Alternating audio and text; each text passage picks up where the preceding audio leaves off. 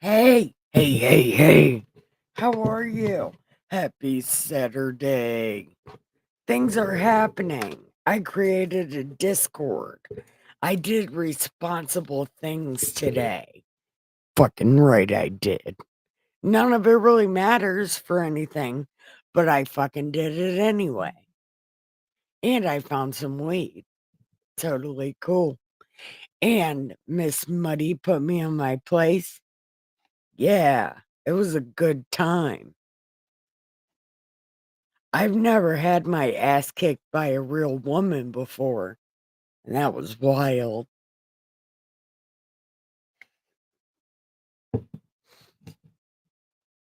I'm mostly just kidding. She verbally whooped my ass. Also, didn't do that.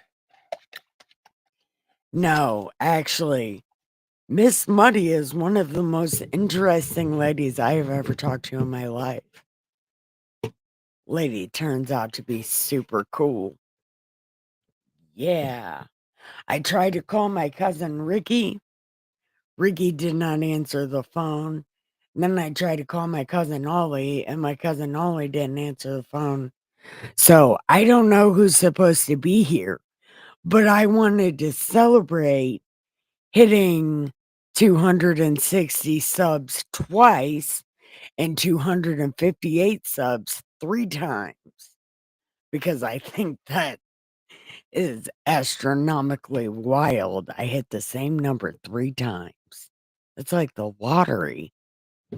I don't know. I don't know. I did have Hey, Miss Muddy, I did not tell the entire world you kicked my ass. Yes, I did. And I said verbally whooped my ass. Although, no, you didn't, though. But you know what? After I talked to you, though, I did, I did think to myself that you were absolutely right. And if I could ever get a hold of Michael and get him into the Discord, then you two can talk because it really is so nice outside. I have my back door open and the cats, I've actually been letting the cats outside. Yeah, all 10 of them are outside.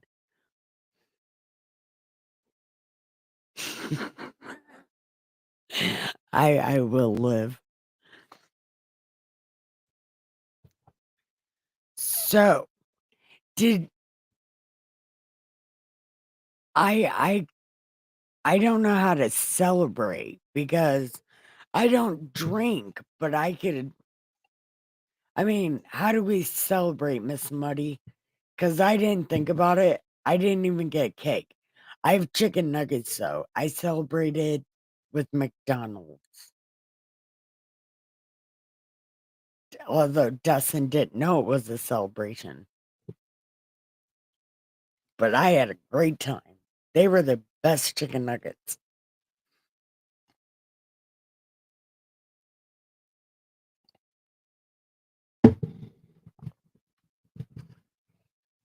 No, this is an hour milestone. Hey, Michael. Thank you for answering your phone. I tried to call you a bunch of times today because I had to tell you things.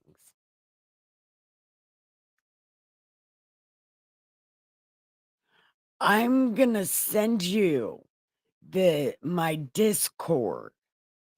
Get in there, because that's where me and Miss Muddy have been today. We set it up. It was real nice. Hold on. I'm trying. Why is it taking so long? Oh my god. Okay, so I guess we're back to that now. Oh, I already sent you the Discord thing.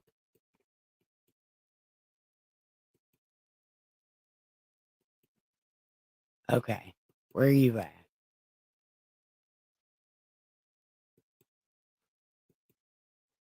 Okay. Oh, you already got it. Working on a contract. Oh, yeah, I forget you have a life outside of me. Yeah, I called you a bunch of times. I also called your mom. I think I only called her once, though. But I really do want to celebrate hitting 268 subs 3 times. Because I think that that is a feat, you know? I hit the same number 3 times. We all need to play that in the lottery. It's too late to play the lottery. So tomorrow we're going to have to play it in the lottery, all of us. 258.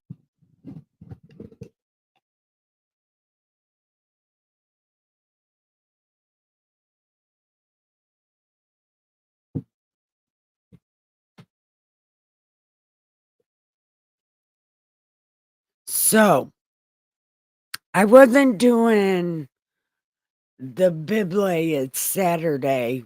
We got to take a break from it. I looked up the original Lori Daybell trial.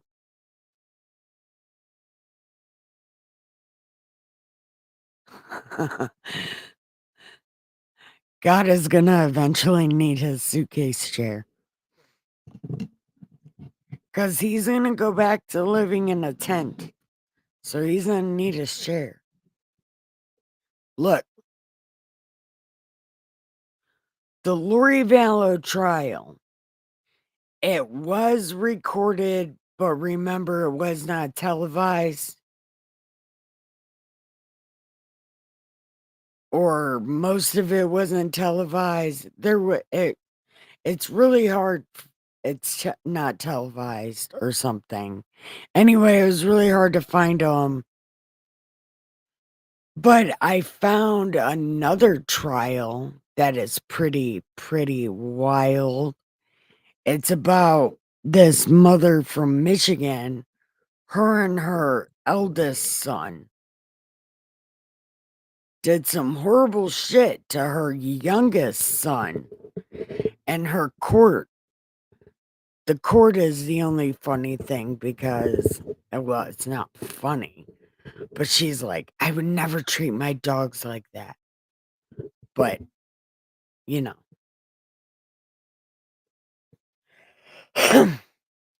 But anyway, Miss Muddy, do you want to watch that? Sandra Vander Ark. Or it might be Shonda. Shonda Vander Ark. Yeah, right there. Son of a bitch. What does it mean, closing arguments? That's not what we do.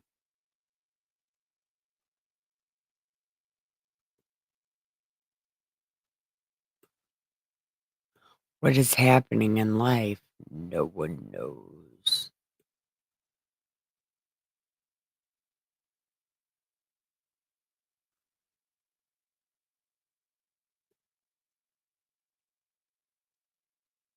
Wait, okay, I guess I'm not. Okay, maybe I lied? Oh my god. No, damn it.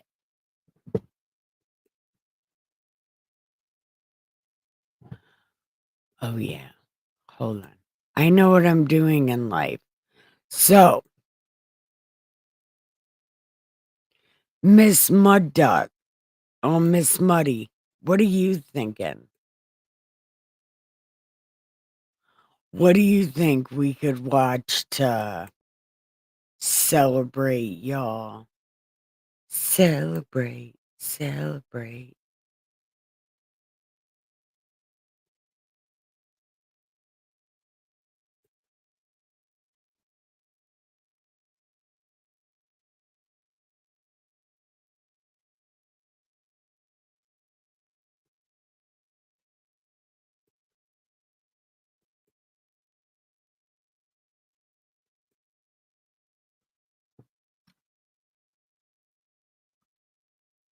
I don't know what's happening.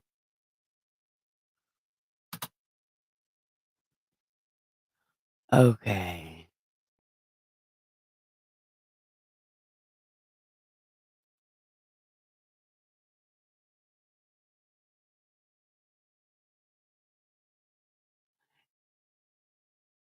Yeah, I don't know.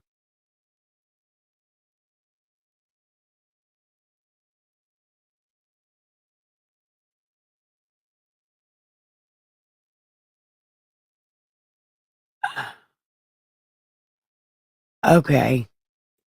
Let's see if we could do it this way. All right. No, shut up.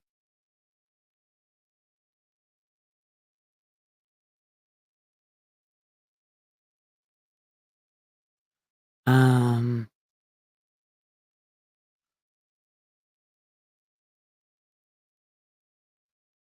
damn.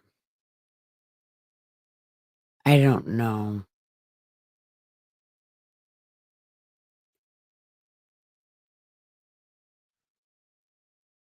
Okay, well, fuck. Okay. So, now that I don't know what the fuck I'm doing, um, because now everything just got ruined. Crazy Karens. How do you find those? Hold on. Why don't we do this? Hold on. Crazy Karens caught on body cam.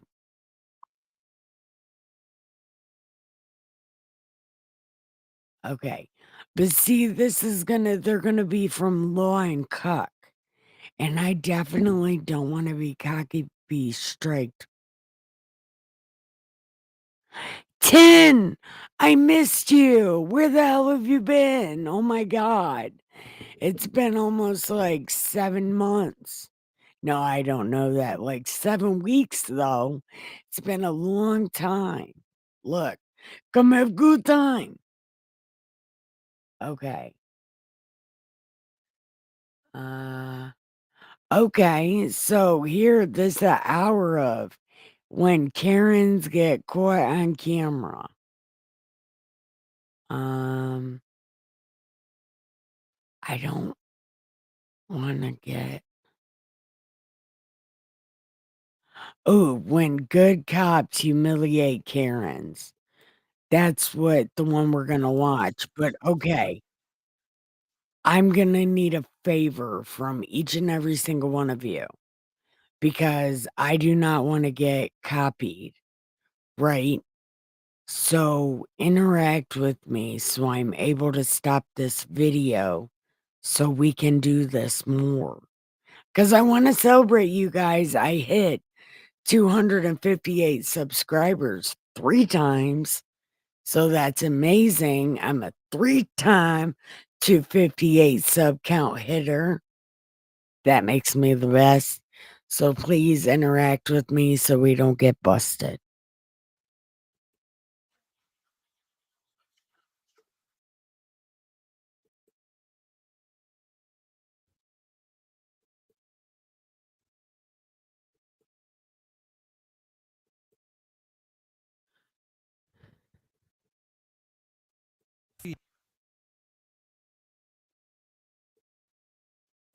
Good cops. Can you please come out? Hey, be respectful. As their obnoxious antics and overly dramatic schemes are no match for these no-nonsense officers of the law. Oh, real quick, 10. Ricky is my cousin. I don't know if you guys met before, but Ricky is my cousin Michael. So if you hear me like Michael, I'm talking to Ricky. That's my cousin. I want to be in trouble. I'm tired of waiting so long. I date a Brookfield officer. My man is an officer, okay? Today, we highlight cases where Karens were swiftly handled by valiant officers. Traffic collisions can get stressful for police officers, but a pretentious Karen can make things worse. In Florida, on January 8, 2024, the Largo police faced a chaotic scene that tested their patience and professionalism. How's it going? What is it? Not too good, officer. All right.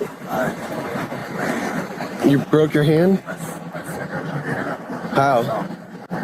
I came around the time, go shopping.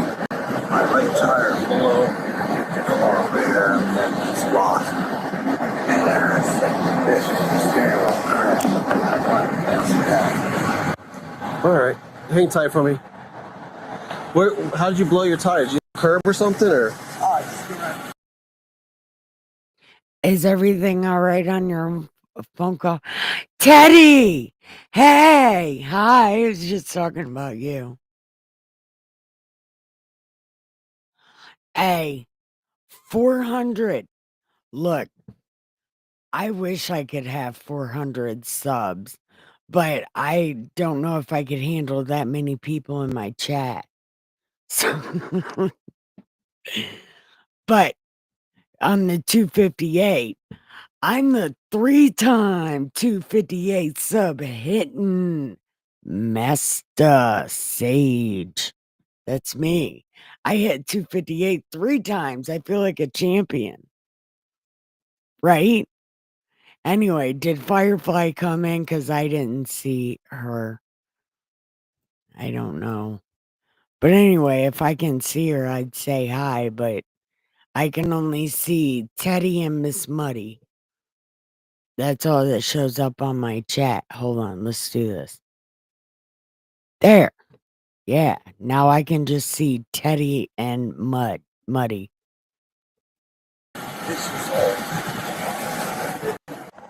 Is this your truck? Yeah. Yes. Okay. Oh. Let's see. Me here. There's my step thing that was here. Okay. And we're from Canada, so I'm not sure how this looks, how this works. It's never happened to me before. So it's not a. So traffic crashes are civil; they're not criminal. So there's a few different ways we can go about it. Pretty much is drivers exchange of information. Everyone exchanges information all together. But what if he's DUI? Yeah, no, that's what I was thinking. Also, I'm about to actually see if a recruit car wants to come and possibly work that. Okay, So is this your car? Yes. Yeah. Okay. And who's she? That's my wife. Oh, Yeah. okay. Yeah. It can be a few different ways. You can do it civilly amongst yourselves, do a driver's exchange of information. I can do a report for you guys where I put it into a report and it goes up and attaches with the DSHMV. Okay, I'm gonna phone my insurance girl here. The third way is go about it amongst your day. I don't think that's a good choice in this matter, considering that there's decent damage done to all vehicles. And kind of given this, because let me get another unit here with me. Okay. While explaining the process, the officer noticed signs of inebriation in one driver and informed dispatch. But the driver's companion's defiant behavior shocked everyone, including the police. Which one do you think it is? Before we keep going, which one do you think it is? Hold on, we'll rewind it. Hold on. But he just is like a 000 damage all. One formed dispatch. Okay. But the driver's companion's defiant behavior. The brunette, the black lady, or the gray-haired lady? Which is it? Which is it? I know which one it is. I'm guessing it's the brunette with the red folder. She's it. Shocked everyone, including the police. 3-vehicle crash, one's out of country, very minor damage all the way around except for this dude, but he just is like, he looks like he's high on or something, to be honest. So he'd probably be one of those like 000, but a urine one. Then I'll do this. I'll see what they want to do. I'll do a quick evaluation. I did not expect it to be the man. He didn't seem high. I thought it was going to be the short little brunette. If I think it's 5404, then I'll just call for it back. All right, thanks. All right, no problem. See you. I need a police report from my insurance company. Okay. Well, they're going to say that because they want to raise your rates. That's what they always say. Yeah. Because I'm in a different. We don't want the rate. How much do you have to pay deductible? us. No, Finding out. if it's a deductible, then it's still attached to the insurance. Yeah, their insurance will still go up, but You don't know what our What's my deductible? I can't pay you cash. They want to know. But we have the best insurance. But would you We pay live for in a this mansion. without going through Yeah. insurance? you would have to pay for it without going through insurance. Whoa. Yeah. Why? Okay. here Are we you go. with him? That's my All right. husband. All right. Then we're gonna stop. Look, that's the exact one I thought was going to be the problem. But he said the dude was high. But it's like, no, this lady, she's bad. You can tell. Brunettes are wild.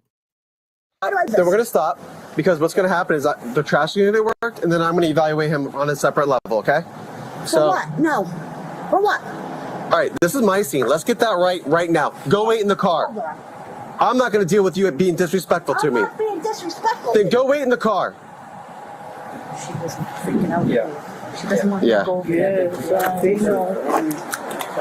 578. Can I get a back routine? Passenger for the truck came back. She's a little agitated. Second full stop, sir. And he's got a broken wrist I'm or good for it. something. He's got No, he doesn't. he doesn't have a broken Is that license, registration, and insurance? Yes. Is it his license? Yes. Just hang on to that for a second. She didn't stop there, accusing the police of negligence and boasting about her legal knowledge. Her combative Oh, behavior prompted God. officers to take See, swift it's- control of the situation. It's exactly what I thought. In my mind, I was like, the brunette. But then he was talking about the guy being high. It's like, no, man. But I was right. The brunette. All right. Okay, if you can let me know what that insurance Brown-haired girls are wild. I have because I have the phone. That's why I'm here. What do you need? So I need a phone because I'm not going to let anything. Especially ones with my accents employer is like on. that. I don't care. I really don't. No, he's- Crashes are civil. I'm gonna evaluate for DUI in a second. Don't worry. I know you can do it. I know I am. Don't be Don't worry. wild. You guys are the at-fault vehicle here. We're making that 7 years. Awesome. Get back in your car then. What the hell? He's What are we Stop. doing? Stop. Now, what's the procedure? There's a lot of tape missing. I told you not to search. Go away. You're breaking my f***ing arm.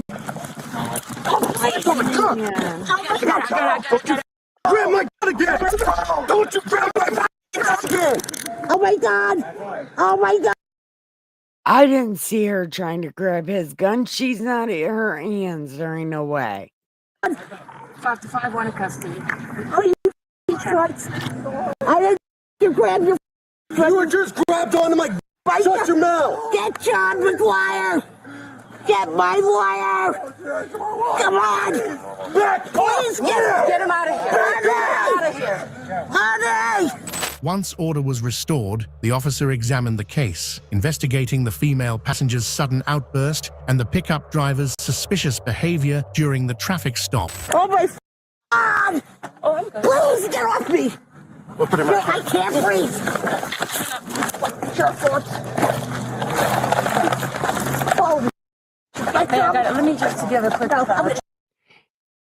Getting arrested does not even have to be like that. Oh my God. It does not even have to be like that. It's so easy to get arrested. You just stand there. Like, getting arrested is like the laziest thing. You don't even got to do anything. You just got to stand there. Man, if you want to be lazy, get arrested. Why do people act like this? Have any of you guys ever been arrested before? Has anybody ever been arrested before or gone to prison? You know, it don't got to be like this. Can't search, assholes. Can't search anything. You're in trouble. You're getting sued. Call John McGuire right now.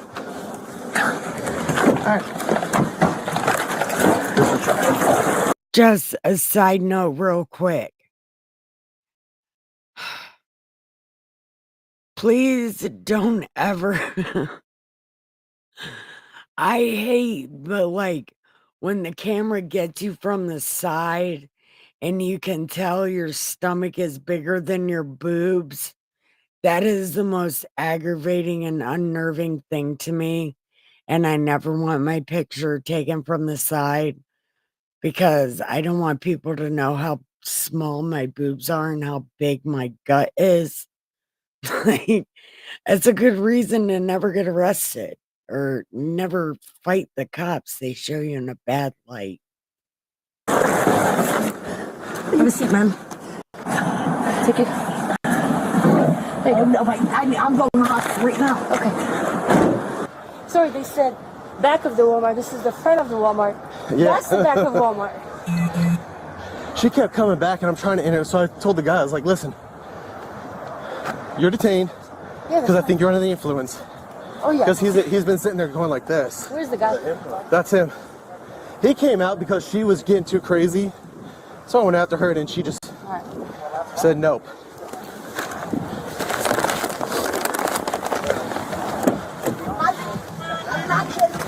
When the officers ignored her pretentious attitude and boasts, she claimed to be ill. Suspecting a ploy, they called paramedics before focusing on the angst driver and collecting evidence at the scene. Please. Oh my God. I'm going to the hospital. What do you need to go to the hospital I have for? heart disease. All right, I'll still have them come check you out. I need my head. On the 5, ground, 7, 8. my ribs. Take me to the hospital. Michael! I am. They know my history. I know please. people So like what's your her. name? She didn't want to It's go. yours. Can't go with her. Do you do the crash part for me, and I'll do the criminal part? Yeah, so, I have your sorry. stuff. Okay. Tell me what happened and I'll handle that. This is the black vehicle, Okay. V3. Okay. This Hello. is, I'll get you guys going in a minute. So she was driving or he was driving? he was driving. He was behind the wheel when I got here. Allegedly? Doing Oh. No. I actually saw him. Vehicle. Rocking? So, and then she just kept getting in the way. So, Yeah, I got you. she's got obstruction. The officers explained the process to the driver, who reluctantly accepted her arrest. Meanwhile, she claimed health issues and invoked her femininity as the police assured her of care and urged her to stay calm. It's all right. So she's gonna be going to jail for obstructing I investigation. urged my femininity. I'm gonna see you about because she grabbed my gun on the Why is ground. that a thing? So that's a big no. Okay. So just hang tight. She's gonna go to jail today. We're gonna have medical check you out, and then I don't even worry about the 54-4 at this point. I'll pull another report for you. So you're on the second call. I took the crash primary and I'll put your another for resistant. Okay. Oh my God, help me. Please. Hey! Let's get to work. Oh my God, please help me. Can anyone hear me? Hello? Hello? That's not a flattering I'm seriously look. having a heart Yeah. attack in the broken arm. Get me to the hospital now. Get my lawyer on the phone. Oh my God, I'm really having a heart attack, dude. I'm It's not taking a having while. They're on the way. Let's get I to need work. them now. They're on the way. Yeah. They're flying. And here. I want my lawyer. And I want my belongings. Because you have no right. I was just trying to help him. No. I was getting a camera to film you. I told you to. Beating my- No, don't worry. No. You don't My do cam- that to my a cam- woman. There's nothing wrong with us. What is- I just woke up. Is that okay? Ma'am, being a woman doesn't have anything to do No, it with doesn't. it. When your husband's Has nothing to like do he with is. it. Get me an ambulance and John. They're on the way. Until the end, she remained a Karen, accusing the police of bias and neglect. Officers viewed her as a suspect avoiding incarceration, reinforced by kinda suspicious is. evidence and prior police records that deepened the couple's legal troubles. This one. She's back here in my car. He doesn't realize that I have heart failure. Please take me. He broke my arm. No, I need John McGuire. Relax for a minute. Stay in the car. I will. Stay in the car. I know. I'm going to please. check you out. He's a off. Okay. He's a. I'm suing him. Just figuring alcohol too, or just I thought he was drunk or high at first because he was doing the shakes. And you can see like he hit the curb or something because you got a perfect blowout on his tire. Yeah. But at this point, it sounds like there's enough going on. Yeah, I mean, that's trash in all essence. Yeah. This is what I'm really concerned with. You know what? Let's just do this for the paraphernalia because that's a felony right there. And then all this we'll just put in for destruction. Cool. That's what I'm trying to tell you. The same. I just told you the exact same thing. There you go. That way you're not the opposite that I'm telling you to do. Right. doing anything wrong, sir. The opposite that I'm You telling don't you to look do. at me. Right. Wow. Why is she like that? Can I sit back down? No, we're getting ready to take you. Miss Muddy, why is she like that? Why is she like that for real? To the ambulance. So just hold on. Slide over here. We're gonna have a seat and then we'll be ready. You want to give that to them? All right, I'm going to ask you a couple questions. Wait, can I ask you a couple questions? Oh, Do I have a criminal record? So you do. Yeah, you were arrested for the reckless driving. Yeah. Okay, and then you were arrested for domestic battery. And guess what? That was dropped. And that was my husband. Outside. And guess what? His brother called New York. There was a bunch Wow, why is she being like that? Somebody tell me why she's being like that.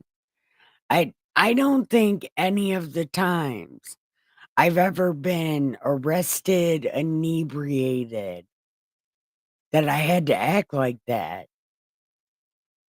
Yeah. Well, I don't want to talk with you. I don't like you. The female suspect was taken to Pinellas County Jail and charged with 3 counts did for she contraband act like possession that? and resisting arrest. No updates have been released about her partner or the couple's case to date. If you've been enjoying these Karen vain attempts to dodge accountability, then hit like and subscribe to support the channel. When it comes to police traffic stops, Karens seem to enjoy being in the limelight. On Yeah, February why? Why 23rd, are they 2024, like that? the Stowe police faced a driver who loudly asserted her rights, only to learn her resistance was no match for these seasoned officers. Yeah. What's going on? Yeah, go ahead. What's going on? Okay, so we're gonna barn. Okay. I'll blow into a thing right now. Okay. I don't think I'll get DUI, but I might. So you're saying that you've been drinking tonight? I drank 2 shots, but okay. Then also I'm tired as fuck. Okay, I get that. So give me 1 second, okay? Listen to what I'm saying, okay? You're over talking to me, okay? So what I need to okay, I'm gonna get all that. I'm going to get all that. I need you to listen, okay? Yeah. I'm on the side of the road right now. I need you to listen, okay? I know. So get in your car for me right now. Listen to me, okay? Stop talking. Listen to me. Okay. Get in the car. Put it in neutral. I'm gonna try to push it, okay? The car cannot stay here. I'm not trying to get you in, okay? Thank you. In your car. Go to neutral. I tried to play and drive and it didn't go, and I did it multiple times after I ran you over here.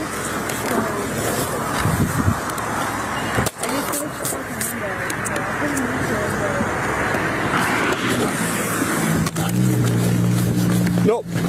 You're fine. That's what I have bumper cars for, but I need the car out here, okay? I need you to stay in your car because I'm not trying to have nobody get okay? Yeah, no problem. I agree. Later, witnesses detailed their efforts to help the driver and prevent further accidents. Meanwhile, Officer Williams struggled to manage the suspect's combative behavior, complicating the situation. I'm gonna leave my car there, okay? Hopefully nobody hits it. My supervisor's coming out here. I need his vehicle to push that vehicle, but I don't want to move mine and then somebody me, okay? Yeah, so just stay right here. Now, we were not involved in the accident. Okay. We were following her, and she went off the road a couple of times. Okay. We just happened to, this exit's ours. Okay. And she was in the lane in front of us and then the wall. Okay. So I thought, do you need us to stick around, or? So, actually, if I can just... Phone number and stuff like that? Yeah, that would be very helpful, okay? Sure. Hey, just have a seat over there for me, okay? I don't want you getting hurt. Just come over here, okay? Get out the roadway. I'll come talk to you in a second, okay? I don't want you... I tried to push it, okay? Stop arguing. Get out the road. Get over here. Get over here before a car comes. Okay. I need you to have a seat on the bar over here, okay? We'll take care of that. Okay, I'll wait. Thank you. I just tried to stop arguing with me. Get over here before you get hit by a car. Sit down. Okay? Listen. No, you listen to me. I need you to get off the road. Come on. I don't care if it's night. I'm saying get over here. I put it in neutral and you were behind Okay, I'm gonna have you get in my car, okay? Just come come with me. Come with me. Yes, I need you to get in my. I need you to get in my car, okay? Because you're not listening. I don't want you to get. Okay? No, you're intoxicated. You're intoxicated and not listening, okay? No, listen to me. I need you to get in the stop before you get us. Stop. Dude, literally listen. I've been calm. I'm saying. Do you have any on you? No. Okay. I need you to sit in the back of my car for. I don't want you getting hurt, okay? No. I literally just tried it. Stop arguing. Stop talking. I'm not. Neutral. Look behind you. Please have a seat, okay? Please have a seat before you get us. Okay? No, I put my car in neutral. Please go. Please, okay. Watch your head, okay? Yeah, but I'm gonna call my mom because you weren't back there when I put it in neutral. The driver remained unaware of the gravity of her situation, arguing and making demands instead of cooperating. After securing her, the officer thanked the couple and continued taking their statements.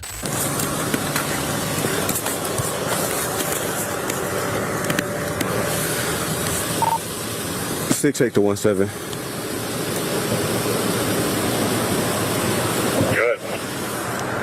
Just to advise, I put the driver in the back of my car. She admitted to drinking. She's argumentative. I'm gonna have her buckle up and get off the roadway. Hey, no, don't worry about that right now, okay? No, I want to put your seatbelt on, please. Call my mom. Put your seatbelt on, please. No, but I want to call my mom. I need you to tell her what's going on. I will have you give you a second to my supervisor can tell you, okay? I'm not trying to. Can I call her off your phone? No, I need you to give me the seatbelt, okay? I just need the seatbelt. I have it right. Yeah, I cannot. Stop yelling at me! Come on, give me the seatbelt. Since I sat down. Jeez, I'm stop. not lying. You've been mean to me since I saw your face. You're gonna get us. Stop. You're gonna. And partying, Graham. Why do you like that? Why are they like that? Why? Why is she like that? Teddy, why? Jeez. Can you go get my phone? I'm not worried. I'm trying not to get us right now, okay? Be fine. You're not lit. You're intoxicated and you're not thinking, okay? I need you to be quiet, please. You've been being so to me the whole time, so thank you.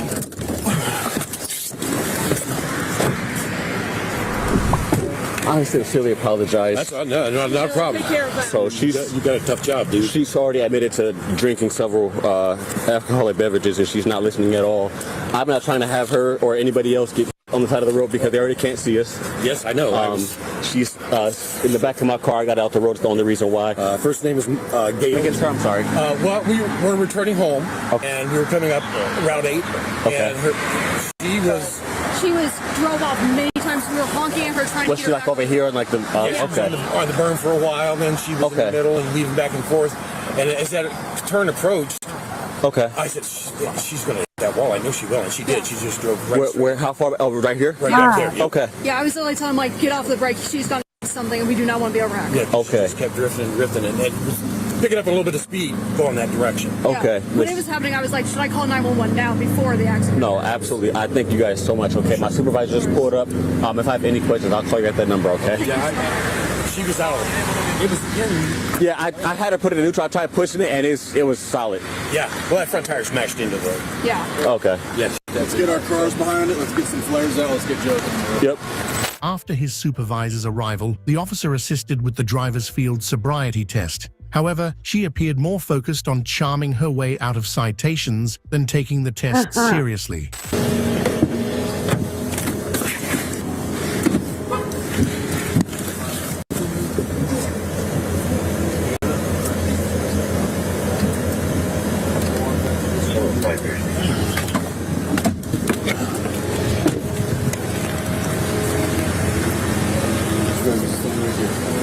All right, so where do you work?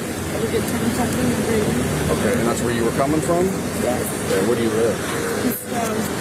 And were you working there or were you? Yes, I worked until like 11:30. Okay, and did you drink anything? Yes, and a couple shots. I told him about it. Well, I know, but I want to talk. Yeah, that's fine. Please. How many shots did you have? 3. Okay, and like whiskey, gin? It was like tequila. Okay, how long ago was that? It was right before I left. I just wanted to get home. I'm sorry. And he didn't want to listen to me, and I wanted to call my mom and have her talk to me. And you guys let me. I understand. So I know I f***ed up, but like, Eventually, at some point. I'll do a sobriety test. Okay. Eventually, at some point, you're going to call your mom no matter what happens. Yeah, but I want to call her. And you're going to go home no matter what happens. I don't know. He was saying some other. I don't know, and now I'm scared. Well, right now you're under investigation for OVI. Okay. But I'm telling you that right now everything you're under suspicion of, whether you get arrested or not, right now is you're not going to spend the night in jail based off of what I'm seeing. Okay? I'm not telling you that you're not going to get arrested. That's not what I heard, so I don't know. This is the first time I heard this. So I'm not telling you that you're not going to get arrested. It's fine. I will do whatever. Okay. But as long as it's not from him. Okay, that's fine. Thank you. Okay, I'll do it. He's going to stay here, though. That's fine, but he's been very mean. Okay, Thank you. And I just wanted to call her and tell her what's going on. You can talk to me. I'll do the test, okay? You can do it. Okay. I'll do a test. I appreciate it. Okay. I can't Well, right now, do you have any medical conditions I need to know about? I'm just like ADHD. I don't know my left and right. That's the only thing I have to say. Do you have diabetes? No, I just know my MCWs and DMVs. Okay. Do you have any recent head injuries? No. Any recent surgeries? No. Do you take any medication? No. Are you supposed to take any medication? You don't take anything for ADHD? No, because I took it when I was younger, but then my brother stole my prescription. Okay, so you just kind of stopped taking it and just not take it anymore? No. Okay. All right. So, and you're not on any drugs other than alcohol? You haven't taken any, smoked any, taken any? No, I actually haven't. Okay, all right, okay. Although they recognized her chatty demeanor as a tactic to delay the inevitable, the supervisor calmly proceeded with the sobriety test, giving her a fair chance to prove her innocence. It's not legal in Ohio, though. It is, you're right. I'm not saying it's illegal. I haven't taken it, though. I'm not going to lie. I haven't. Like, I know it's legal now. You're right, it is legal. Yeah, but I haven't, though.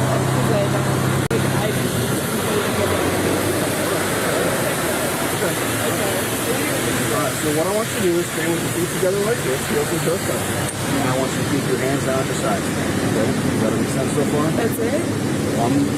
I want to try to use this. I'm going to explain the rest of the test to you, okay? You see my pen? I want you to follow this pen with your eyes, and your eyes only. I do not want you to move your head. You understand?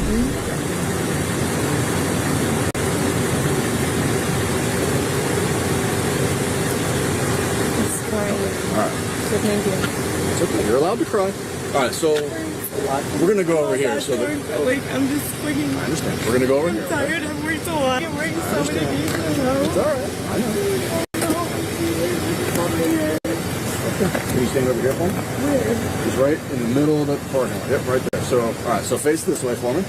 But you don't know. I'm dyslexic. I don't know my lefts and rights. I don't know my alphabet. I don't need you. I don't need any of that. I don't need you to distinguish your right or left. I don't need you to say the alphabet. Do you have any back, hip, knee, or ankle problems? I mean, my back's bugged, but I'm fine. Okay. Do you have anything that prevents you from walking a straight line or standing on one leg? But I'm cold. I know. Me too. All right.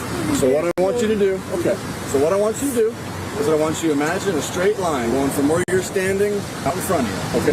I want you to put your left foot on that line, and then put your right foot in front of your left foot, touching heel to just like that. So touching heel to toe, just like I am. You see my feet? This is bad because I don't know my left and right, so I'm cold.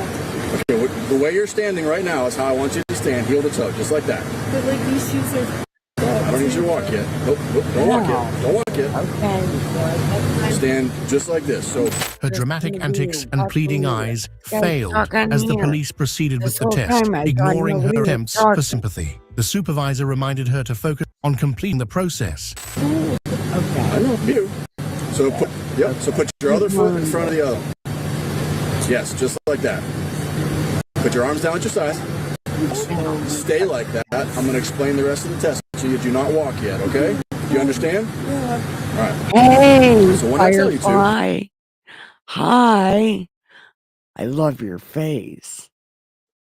Put your arms down at your sides for me. I know what I'm cold too.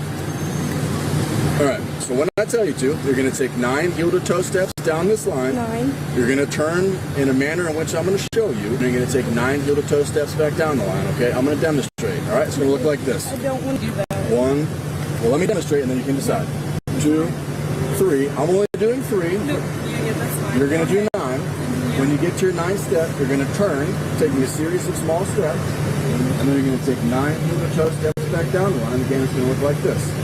1, 2, 3. Again, I'm only doing 3. You're going to do 9. I want you to watch your feet, count your steps out loud, keep running down your sides. Nope. And do not stop until you're finished the test. I know my rights. I know I don't have to do it. You don't have to do it. I know I can't. Because I'm not good at balancing and I'm cold and I'm scared. Okay. So like I'm very scared right now. So I'm offering you. Do it, and I'm trying to do it sober and I can't even do it like without So I want to call someone. You'll get to call somebody.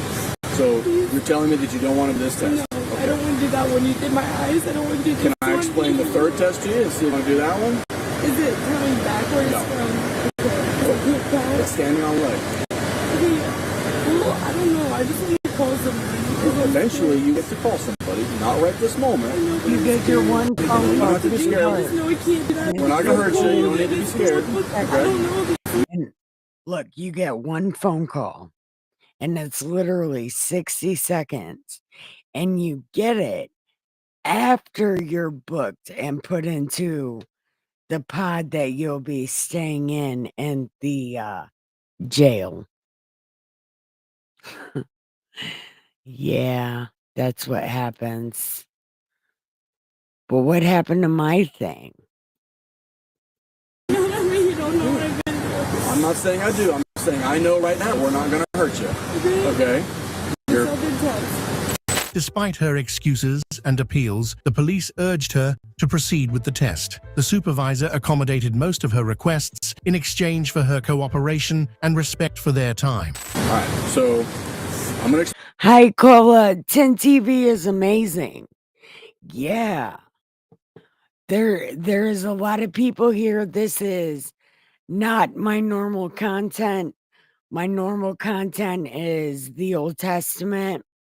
I do this stuff at about 9 o'clock, 8:30, 9 o'clock every night to spend time with family and friends, and you've come in at the perfect time. Explain to you. What I need you to do is stand... It's very cold, and I'm not going to be able to do it because I'm cold.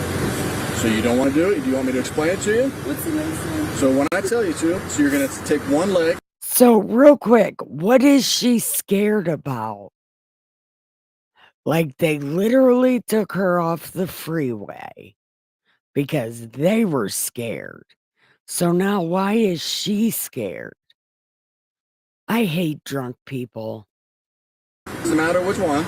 You're going to raise it approximately 6 inches off the ground. You're going to keep the foot parallel to the ground like this. You're going to look at your foot. You're going to count out loud. 1001, 1002, 1003, and so on until I tell you to stop. Okay? You're going to look at your foot. You're going to count out loud like I described. You're going to keep your arms down at your sides. You're going to keep both your legs straight. Okay? Does that make sense? Yeah, that's kind of cool. So do you understand the test? I do understand. Do you want to perform the test? I'm not going to make you do it, but I need to... What don't you know? What doesn't she know? See, this is going to give me 7 types of diabetes. I don't know if I should because I'm cold. It's up to you. We're doing inside because I'm cold. We're not going in the store. No. Okay. So... Can I get another jacket? Do you have another jacket? In my car. In your car? I have a puffer. You can come with me to get it. Well, he's going to go get it, but Please go get it. The purple jacket. I'm sure there's nothing in it. Yeah. Where? What is it in the front, back? Puffer is in the front seat. All right. Do you want me to explain the test again? You know what to do? Yeah, but I have to wait for me to know. I'm going to let you wait a second. I'm not going to stand here all night. I know. Do you want me to explain it again so you know what to do? Put one leg out. Approximately 6 inches off the ground. Are you doing the test? I need you. Wait. I have to warm up a little bit. I will. This morning. Oh my God. Whatever you want. I'm running on 1,000. You were doing 1,002. 1,003. Keep that foot parallel. 1,004. Straighten that foot out. I don't know. I'm not. Like this. I don't. Do this. What? Ultimately, she failed the test due to her refusal to cooperate, despite multiple chances. Instead, she fixated on her booking appearance and criticized Officer Williams, who had initiated the traffic stop. You're doing this. And Should I do this? No, that. Just like that. Can we start? Sure. 1001, 1002, 1003. Pick right back up. Keep going if you want. I will let you continue if you want to continue. I don't know which leg to go on. Whichever one you want. I've tried I to do use them her like, with all my life. and I'm You're allowed to use whichever leg you I want. feel like I have. I don't know which leg I should. 2001, 2002, 2003. That's all I need. That's all you need. Thank you. Can I call my mom? Alright, I'm going to have to put your hand down the back. Yeah, can I call my mom? You will let you call your mom in a little bit. Okay? When I go to jail, no, I don't want him to. Face towards me, okay? Exactly. I know. You're. Thank you for being such a. Talking to me? No, him. This whole time. Why? No, I can't do that. no this whole time. You've been nice. And you're covering me on Hold still. I'm trying not to pinch you. You can pinch me. I don't care. Well, I don't You've been want nice to- to I me don't this want to whole pinch you. time. Can you take me wherever I have to go? I don't want him to because he's been.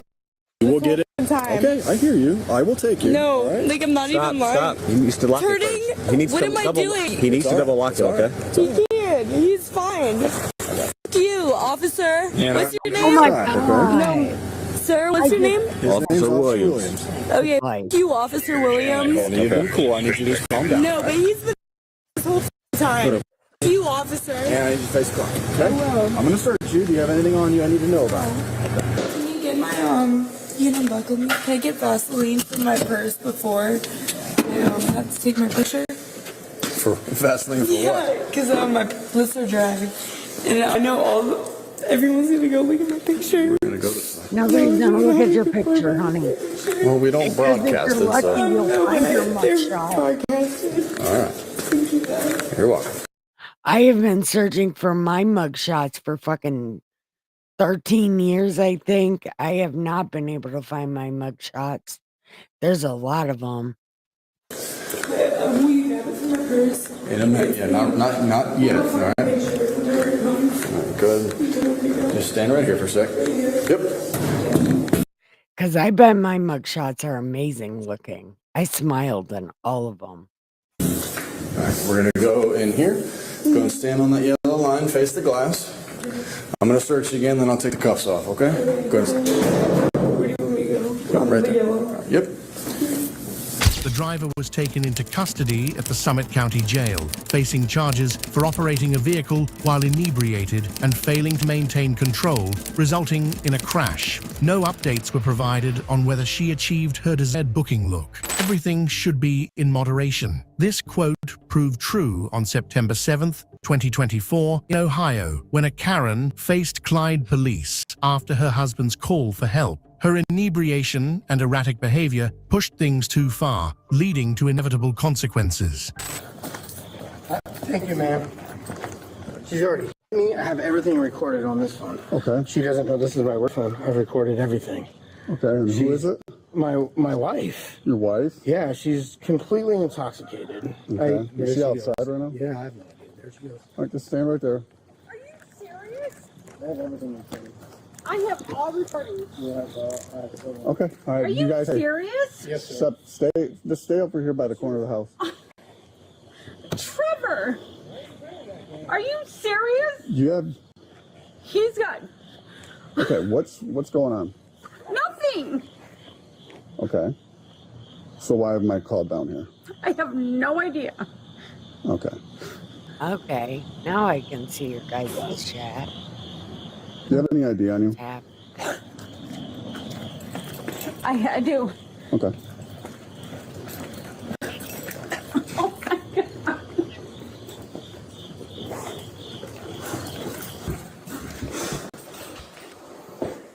What's this all over the floor here?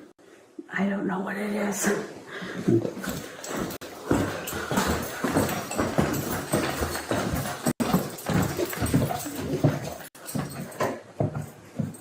I don't know where my purse is.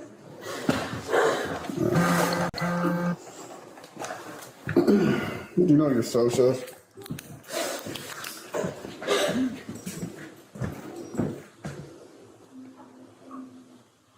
you know your socials?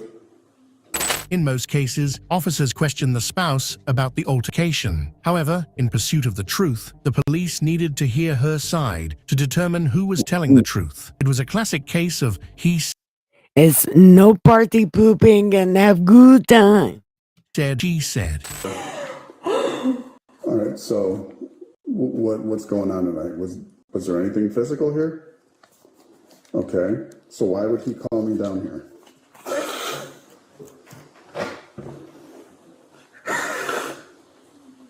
I have no idea.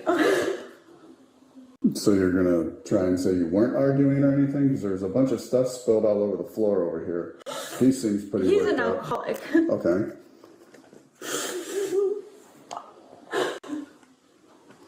There's no. He doesn't know me ever. We're married.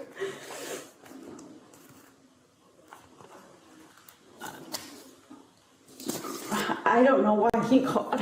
I'm assuming. Oh, I don't man. He called. Okay. Somebody's going so to jail. What led him to believe that we Drunk needed to be people down are here? so aggravating. Look, something happened here. So I'm gonna need more than that. uh-oh.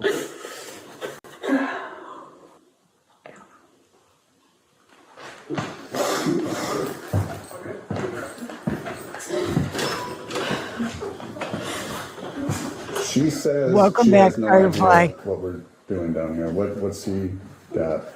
You're not much of a drinker, are you? A little bit too much alcohol tonight, a little bit of arguing going on. Well, he's going to go stay in a hotel tonight just so you guys aren't together. Just because he doesn't want to. He's not mad at you or anything like that, but he knows. Can I talk to him? We're just gonna separate you guys, okay? I'm gonna talk to him. No, you're not.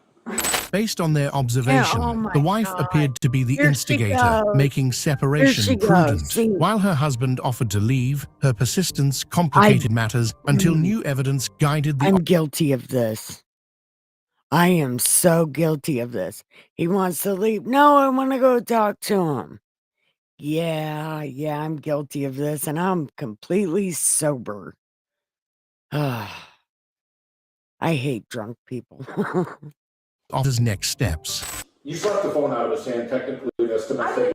Punch him. Do any of you other girls do this? I mean, besides punching or whatever, but like when the man goes to go, like, no, come and talk to me. I just want to talk to you. Well, it's on a recording. But I don't want to get you in trouble. You've had too much to drink. He's obviously been drinking, so... Who's on probation? Not me, him. It doesn't matter. We're talking about what happened tonight. Who's got two domestic...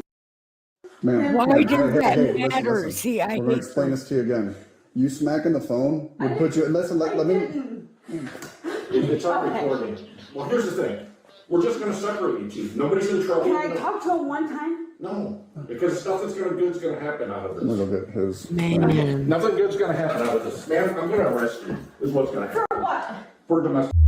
For slapping the phone out of his hand. He doesn't want to get you in trouble. Just stay in here, please, and go to bed. Let me talk to him. No. Oh my God. See? Here you go. Bad presents. Just, you know he's gonna come back. She knows he's gonna come back. She's making it all stupid on herself for no reason. I don't know if they're gonna separate us tonight. She's not gonna That's the plan. Do you have your ID on you? Yes, sir. You got her ID? Yeah, I ran her. She's working her way to go to jail. I see that. She's working her way to go to jail. I just don't want to get in trouble. I don't want you to get in trouble. Yeah, I mean, can you guys see where I'm coming from? He already listened to it. You listened to that, right? No, he hasn't. Okay. The husband's cooperation made the officer's job easier, but his wife's combative attitude complicated efforts to uphold the law and resolve the marital dispute peacefully. Oh my God, no. I'm too manic to be level-headed. I get level-headed after I explode. That's why I have 2 therapists and 5 different medications. Yeah, you want to go to the red road? What do you want to do, officer? I'll take you to the red road. Okay. You got it. Can I grab my book bag at least? My book bag is right there. My work book bag has my laptop. 4 different medications. But they double as seizure pills. Everything in it. Okay. Just don't engage with her, please. I might not. I mean, you're right here. I'm not going to do that, sir. You're just going to grab something real quick. Clear. Ma'am. Just. Oh, you guys don't even know. Listen, you guys can work on whatever this is tomorrow. Right now is not the time. You guys don't even know. Just sober inside and you won't get yourself in trouble. I'll just go. Okay. Go. Yes, sir. Go. Go to the back of Mike. That's okay. Trevor. That's okay. See, that would be the thing if he was usually right over here. But he's not. And he argues just to be more wrong. It's crazy. Yes, sir. All right, go inside. That's Go how inside. you keep the peace.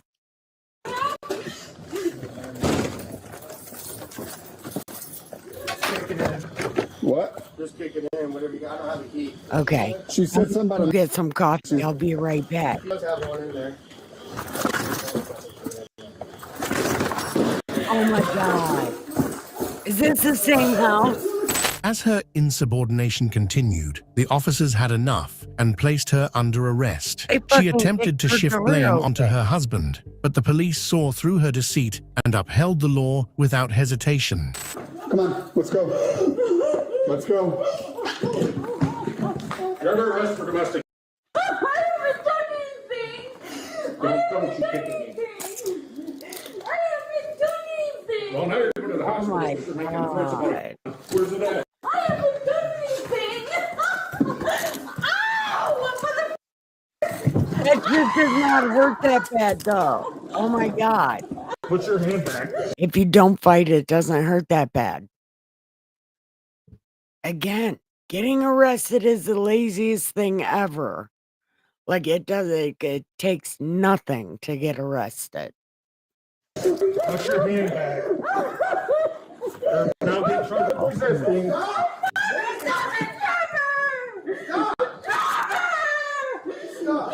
He's not gonna save you, honey. What's he gonna do? Oh my God, why does she sound like a girl?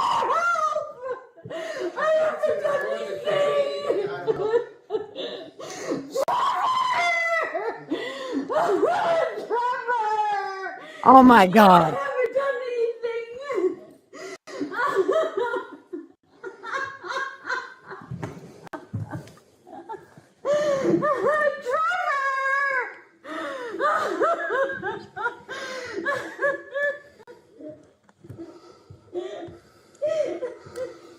Where's Trevor! That's my daughter! Trevor! I think that last I see it was in the kitchen when she brought it out. Trevor! Why didn't you bring it out? She just showed, like, last I seen it. I mean, it wasn't a, Anyone says we don't have that female in custody.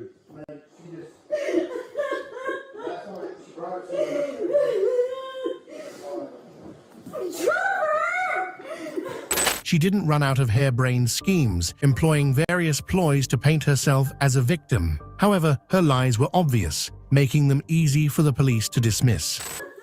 All right, stand up. I don't want. No, she doesn't have one over her. Come over here.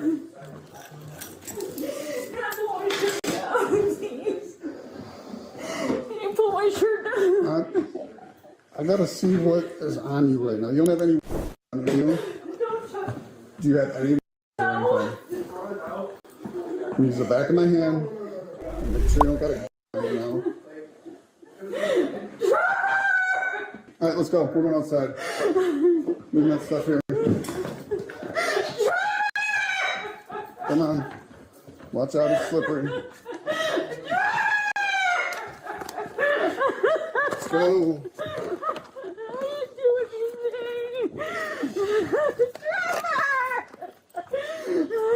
What have I done? I haven't done anything. Stop. I haven't done anything. You're gonna walk. You're not going back in there. I have a wonderful man too, but I'll never tell him that to his fucking face. He can hear it on my live stream. No. I will stop. No, you're going to Will you jail. shut the fuck up? First, I'm taking you to the hospital. Stop for a second. No. Why do they park so far away? Like he's literally walking, shaming her around the block. That is insane. We literally tried to get out of here without this happening, and you did this to yourself. Stop for a second. No. We'll walk into this cruiser. You can sit down in the cruiser. Around the block from your house. Wow. Why do they park so far away? At this point, they saw her dramatic behavior was rooted in her refusal to accept her mistakes. Like most Karens, she sought sympathy, but this good cop easily saw through her lies. I haven't done anything. I swear I haven't done anything.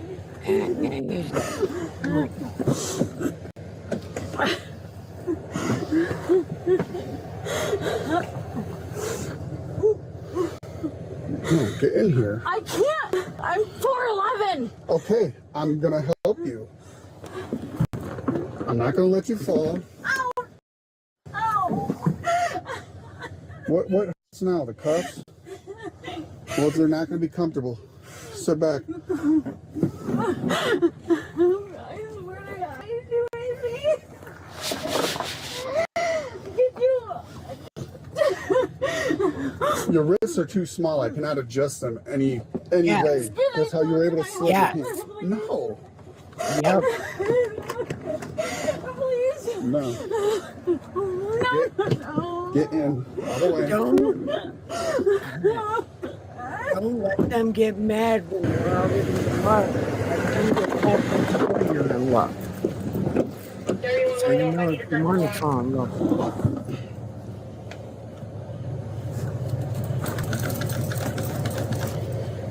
Go ahead and send the squad.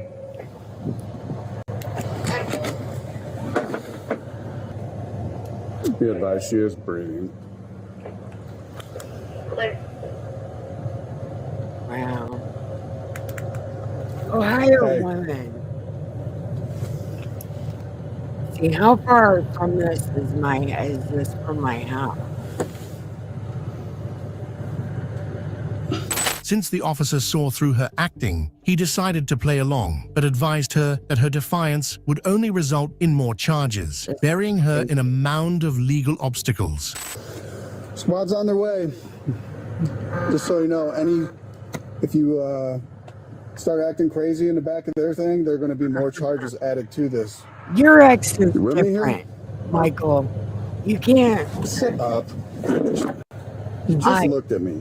She's different. Despite her pleas, the officer stood firm, waiting for paramedics. Each time she appealed, she was reprimanded and reminded how her actions acted everyone around her. No.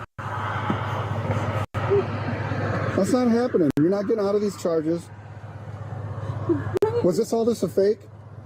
Were you just faking that? What the are you talking about?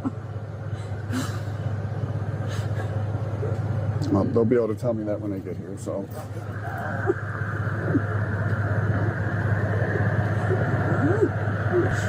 still talk for him.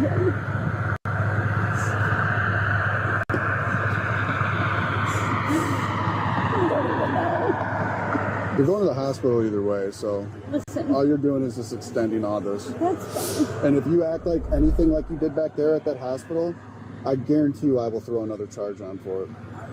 Because this is ridiculous. I shouldn't have to carry a grown You called him a smutty.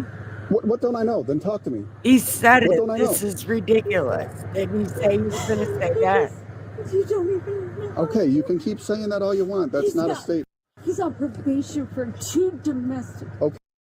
And I got proof that he's me and everything. You literally just said he didn't hit you. There's no nothing. I love him. He's my husband. Okay, well, here we are now. You literally could have just went back in the house and you went back in and said you're going to get a... How do you think that looks for me? And now you're back here acting like you're having this huge... I got EMS coming out here. They could be going to something else that's a serious thing. I don't want him in trouble. So this was fake? No. I had... Okay, so was all this right here, was this all real? Why? You realize that they could be going to Why something do else, women but instead act they're like coming here. this? See, this is why people hate women. This right here is why people hate women. Look at my scar. I'm not pulling your shirt down to look at your scar. I can ask the doctors there, and if they want to tell me, they'll tell me. 2 holes in my heart. 1987. Michael, you're not even old Okay, enough she's to have the talking right biggest now. mistake. You You're not haven't getting had a them right now. biggest mistake yet. You I had love my a husband. He doesn't want you right now, I don't so give a what he wants. that's cool. Oh my I'm God, telling you right now, why? if you act like this when we're at the hospital, you're gonna get disorderly in ER. I'm not calling your husband. I asked if you could pull the hair out of my face. I don't care about the hair in your face right now. I got the EMS coming out here because you just had some convulsion back here. And now you're talking to me normal. I have to tell you what, though. Sometimes he can't remember if he had a fever. All her attempts to It's a real shift thing. blame and assert authority failed as the officer called out her Oh, childish good night, behavior and reminded her Firefly. to face the consequences instead of making Sweet dreams, excuses. give the pillow. Got it. You don't care about anyone help. Why would I give about the hair in your face? You have a recording? No, I Yes. want to say things. This whole Damn thing's it. recorded. Okay. Now, go give your pillow some head and your sheet some ass and have the sweetest dreams ever. Good night, Firefly.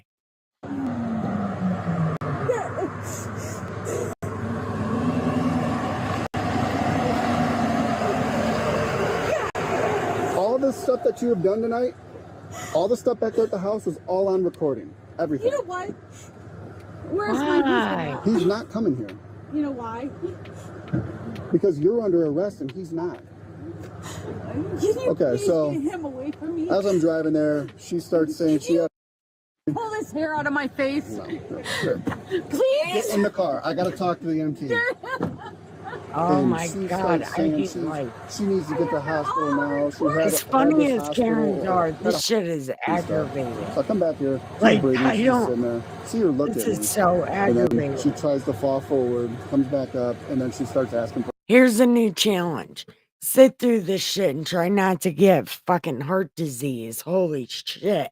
her hug again. So I'm assuming this is all just an act. Might be real. I don't know. She's very intoxicated. And she's under arrest for domestic right now and resisting arrest. So played it safe and stopped here. Sorry, big boat.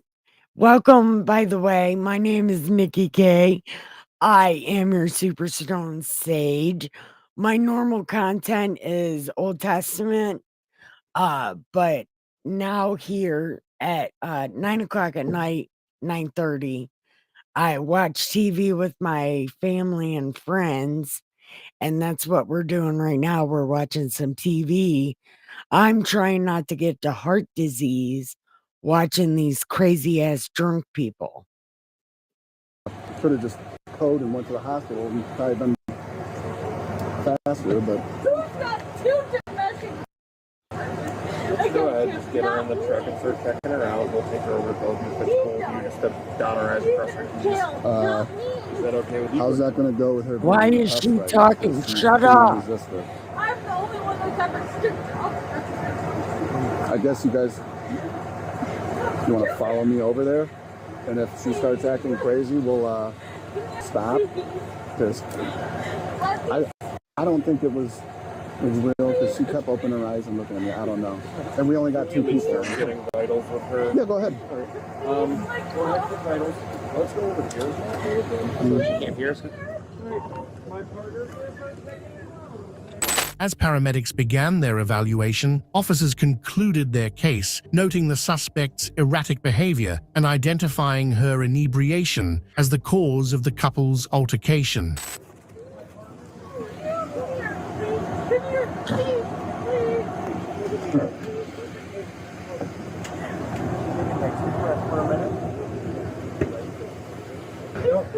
Try not to do something like that. We're going to get the cuffs off, okay? We're going to take you to the hospital. You don't want to go to the hospital? No, I'm sorry.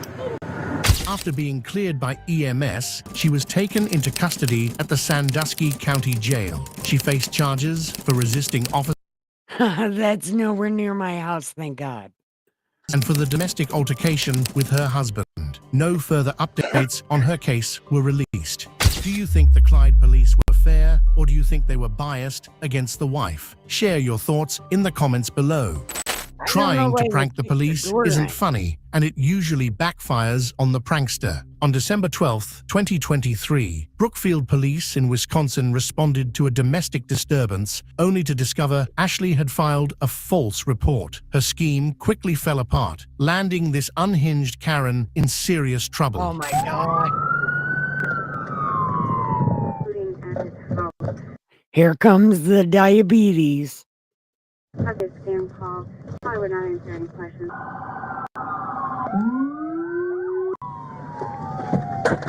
Possible female caller.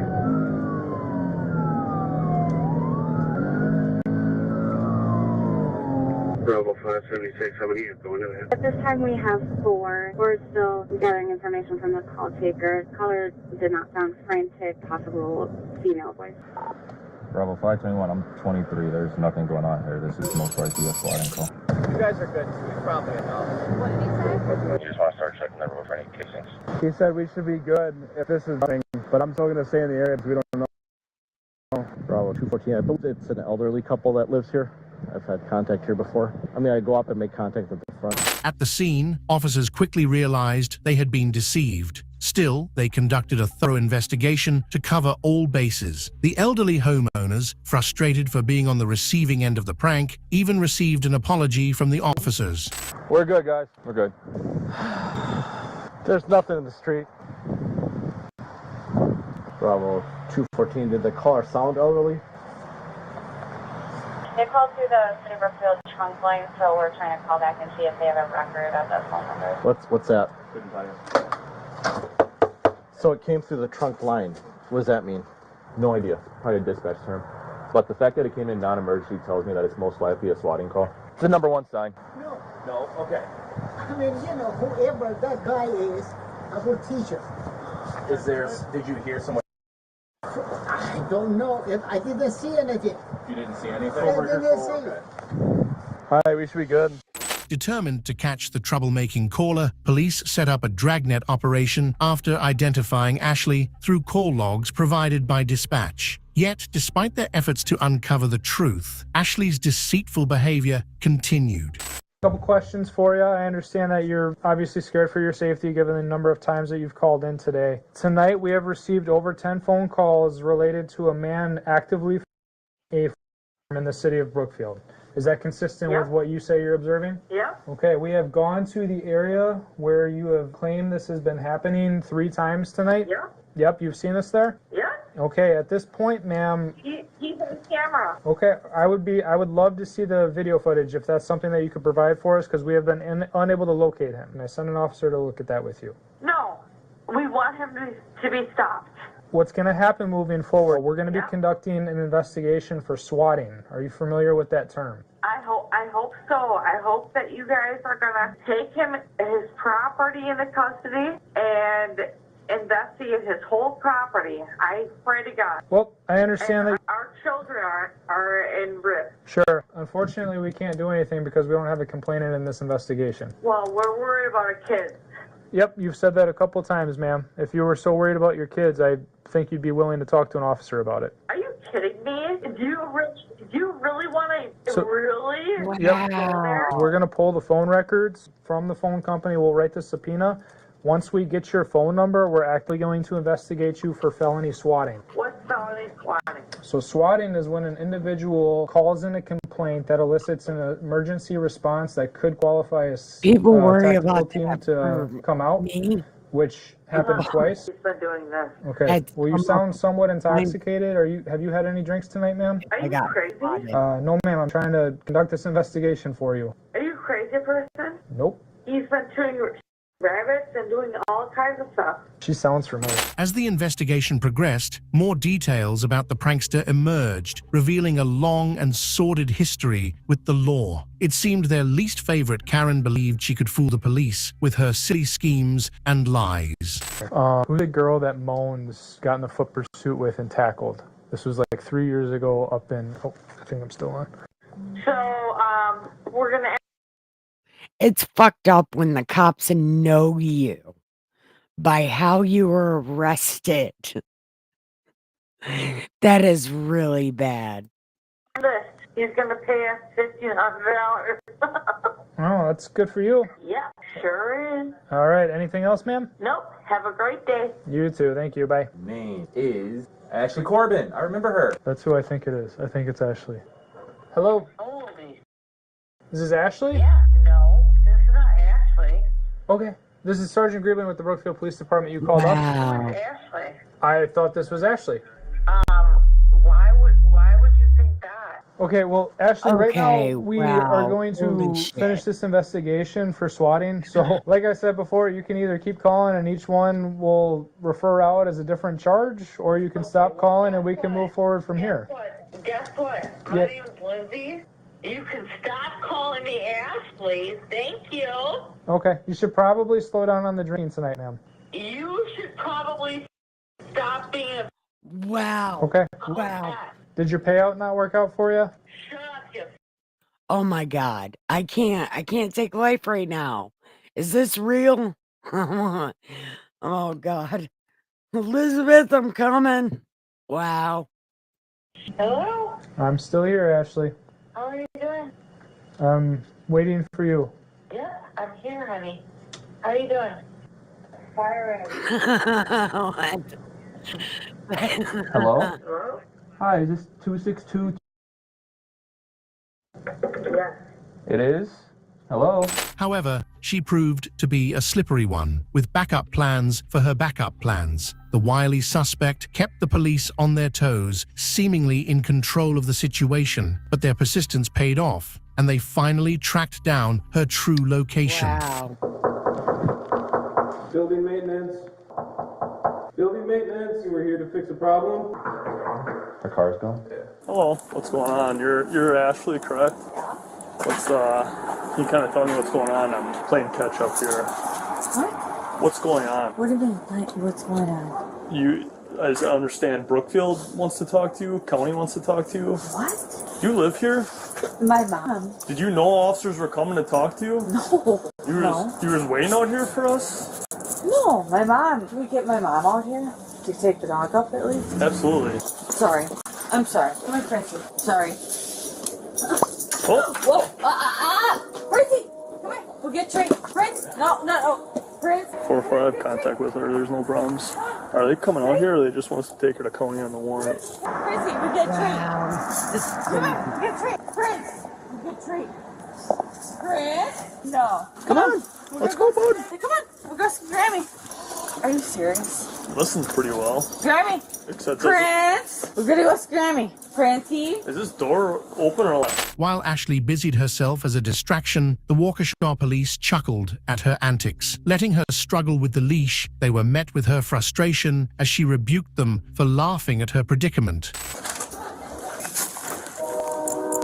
She's trying to get the dog to go to Grandma's, who lives here. But the dog does not want to go on a leash. Prince! It's a 99 for it. What's going on? She's been nice. I talked to her briefly and it was confusing. Prince! This is not funny. Maybe we're not losing the dog. Hey, bro, this is all you. We're not laughing at your dog. Alright, that's it. Prince, goodbye. I'm leaving. I'll see you later. They have PC. That's why I'm like, they have PC. See you later. See you later. You go without a leash? He knows I'll be back. See you later. comes. Woohoo! Let's try to get in the building. Get over here. Get over here. She tried to feign ignorance as officers explained their presence, staying focused on her pet. After lawyering up, to the officers' surprise, they ended up helping with her pet, the unexpected highlight of their shift. You guys have been trying to talk to me? Brookfield is. I have no interest in talking. My God! Can you please help me get to my dog? We just need to get in. She'll follow you in here if we can get her in. Chris! Come! Get over here! Oh, God, you're in so much trouble. Thank you, sir. Thank you. All right, let's go to your mom's. Thank you. Thank you. Hey, John. How you doing? Hello. Thanks, John. Hello. This dog is so cute. So funny. Hello, dog. No. Oh, okay, I'm sorry. Naughty. Naughty dog. Ashley, so Brookfield wants to talk to you, so we're going to help facilitate that meeting. So. Sure. I want my attorney present.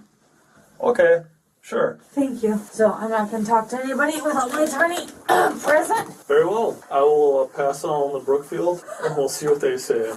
You're right. Naughty dog. This is why I don't have kids. I'm just gonna put him in my car in my mom's apartment. And then where do you guys want me to go? We'll go down back stairs. With my attorney? We'll give you a ride, sure. Okay. We'll pick up your attorney. I'm not talking with nobody without my attorney. So, go. Oh, sorry.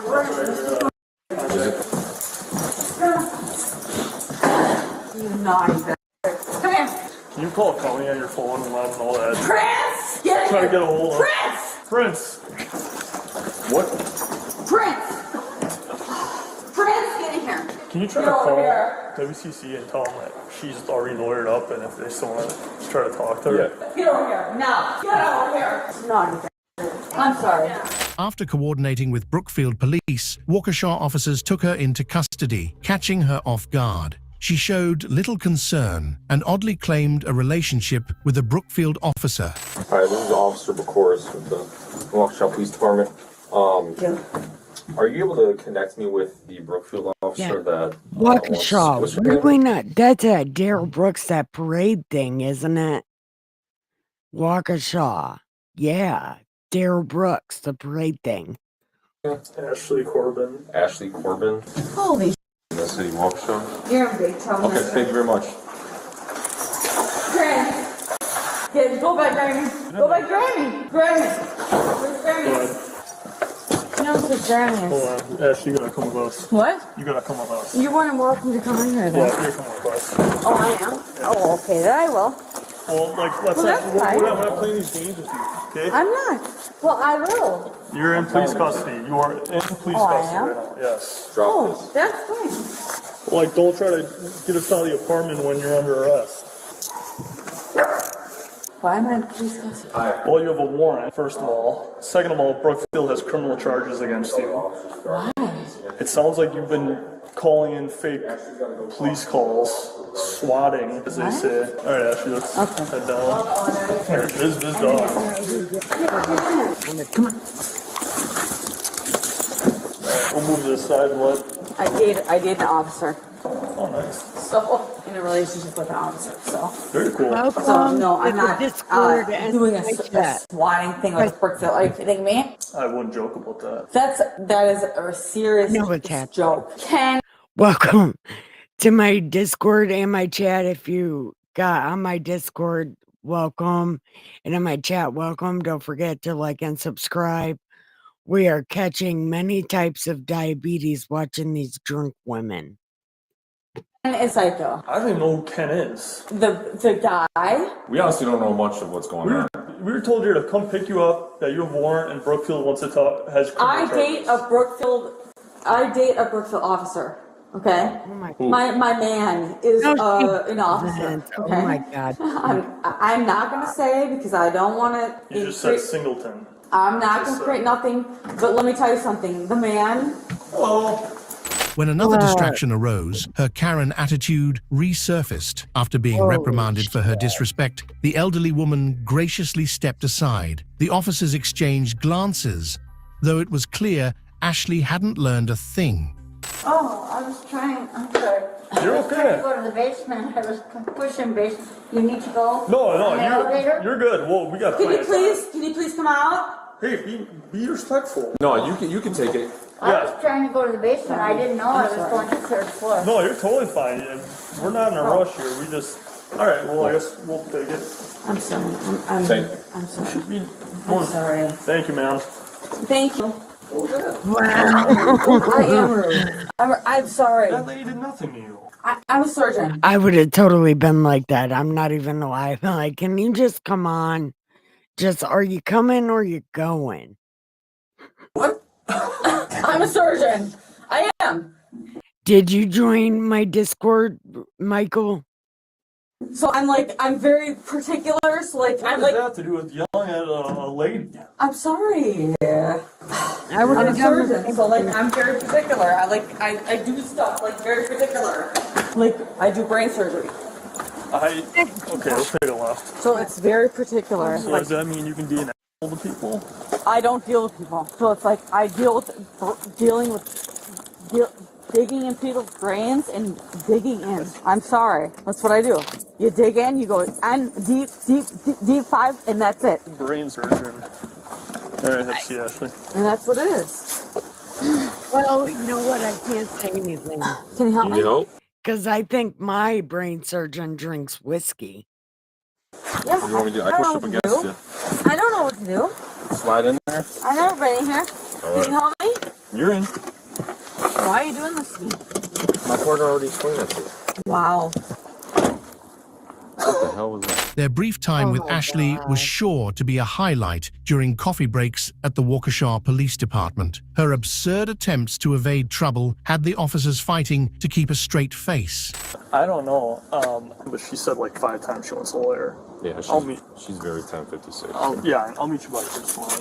All right. Can you please swipe my hair out of my face, please? Oh, that's not that bad. Please? No, can you swipe my hair out of my face? Do you need your phone? Can you swipe my hair out of my face? No, thank you. Can you please swipe my hair out of my face? Respectfully, I'm not going to do that. Well, can I call my boyfriend? Yes. Do you need your phone's inside, I'm guessing? My boyfriend is a police officer. I understand that. You said that already. We're going to sit here for a minute. What do you mean we're just going to sit here for a minute? What didn't you understand about that? Can you please swipe my hair out of my face? No. Really? I can't breathe. You can't breathe? Blocking my breath. I can't breathe. I think the drinking was an issue tonight. I can't breathe. What are you doing? I can't breathe. I'm watching you breathe. I can't breathe. I can't breathe. Stop. I feel like if this... Oh my god. Because they have criminal charges for you. Why? Because you committed a crime tonight. No, I didn't. That should have been like a TikTok thing. I can't breathe. I see you breathing. That should be a whole TikTok thing. Does anybody know how to clip that out of there? Because that would be the perfect TikTok thing. I can't breathe. I see you breathing. I'm sorry. I'm gonna shut up. I honestly think your level of intoxication, you wouldn't know if you did or didn't. You guys are psycho. Are you really psycho? Yeah, you must be psycho to think that. Psychotic. Take your ass to the psych ward. I want my attorney now. No. No, I do. You're not being questioned. Excuse me? You just said no? Yes, I said no. I want my attorney now. You screaming it is not. I want my attorney now. Do you understand? You're lying. And you use me as a scapegoat under the bridge. You guys were harassing me under the bridge. And there was no cameras under there. And you guys were harassing me and me under the bridge. She also left a big bag of beer in front of someone's door and... Let's just turn her over. And you guys in the elevator. I want to talk to the police department. Yep, what's up? You guys me in the elevator. Okay. Yep. We have body cameras. And I have Why? marks. Why? We have body cameras, and if you want to... And so do Why do women always use that as an excuse? Oh, some man touched my lady vagina. So, if you weren't putting your lady vagina all over his face, he wouldn't have touched it. Some of these women need to dress as red Solo cups for Halloween. Ain't nobody gonna touch that net. Nobody's gonna touch that net, not even with their homies pecker. Why? If you want to file a false police report, we can go down that road. You're lying. This can be a silent car ride. You set up your camera to lie, and he was in there. Turning Ashley over to the Brookfield police was a relief, allowing the officers to resume their duties. Still, he couldn't resist making absurd claims about her captors, much to the amusement of the Brookfield officers. I have bruises all over my body from you. No, wait till they see it. This chick is. Good luck with her. All right, What Ashley. they did to me and how they me. Okay, Ashley, Brookfield's here, so Yep, and how they me. Step out now. Step out, Ashley. Come on, one foot at a time. And what they did to me, how they me. Nobody's gonna. We're just having you exit the car. Yep, and how they me. Nelly, let's go. Yep, and how he me and how this car me. And I can't with this. Look, if I didn't have, like, anger issues to begin with, I feel like this would give me pent-up anger issues watching Karens. This is agitating. this car me. What is your name? We didn't confirm on her warrant. Okay, you didn't? No, we left it. What is your name? They me. No, you me. You're talking too loud. I don't give a shit. Stop. I'm talking too loud. You me. I'm talking too loud. You me. You me. He ran. This guy. I see, we all just got diabetes just now. Every single one of us. This is crazy. No, this guy. I'm not trying to escape arrest. You me. I'm not trying to escape arrest. Ashley, just take a deep breath. I'm not trying to escape arrest. Can I please point to me? Can I please point to me? He did. This guy. Stop kicking. Me. Me. That guy. Oh my God, no, he didn't. Quit it. Alright, we're gonna go over here, Ashley. I can't. Let me tell you who me. He did. He wouldn't have even fucked you with his homie pecker. Quit it. Ashley. You look like a bird.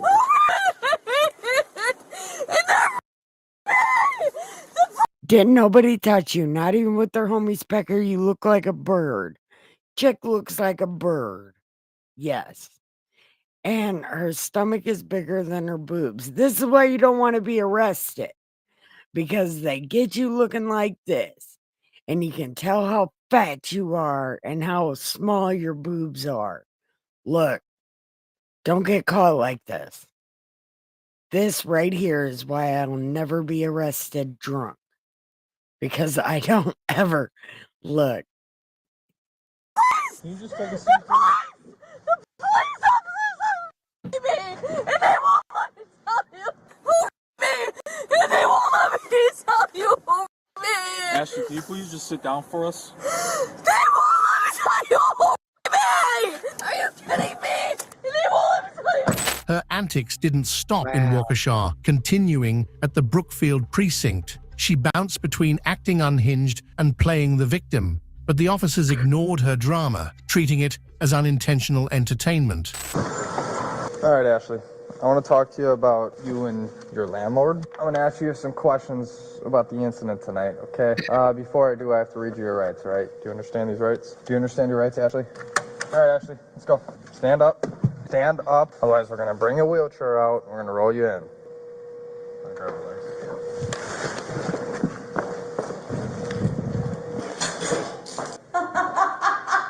The indignation on her face. Ashley, turn back around. Ashley, get back on the bench. Ashley, you need to sit on the bench right now. Get up. No. Stand up. Ow! Now you broke my arm. Sit. Now you broke my arm. Ashley, you need to sit down. You broke my arm.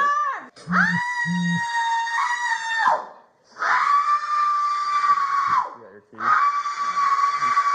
Ashley, you need to sit up.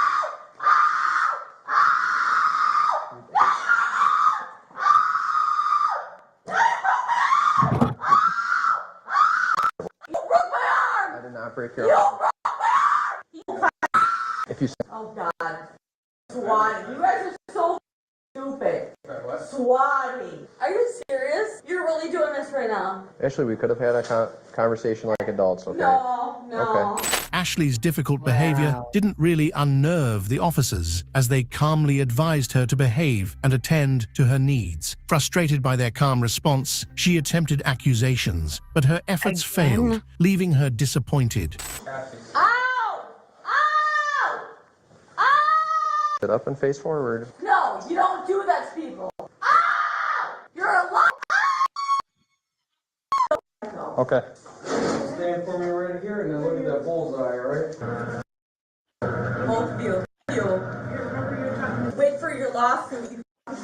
Waukesha County Jail and charged for the swatting It's call where and Daryl obstructing Brooks is. officers. The court set a $1,000 cash bond. She later pleaded guilty to the false reporting charge, while the misdemeanor was dismissed but acknowledged in court. In June 2024, Ashley was sentenced to 1.5 years of initial confinement, followed by another 1.5 years of extended supervision. What do you think triggered Ashley's behavior Maybe a towards drug strangers addict and next the week. police?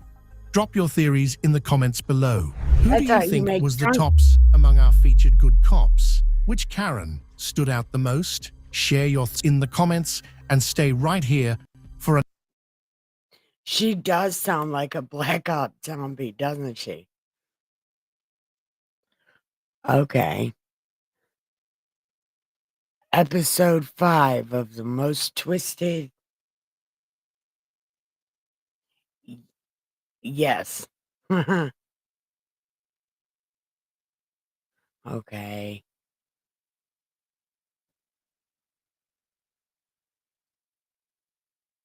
All right. Well, let's see about who's. I need to know, did he cut her into little bitty pieces? I checked on her tonight. Huh? What are we playing? Wait, I want to play it. What are we playing? Where's it located? Where's it located?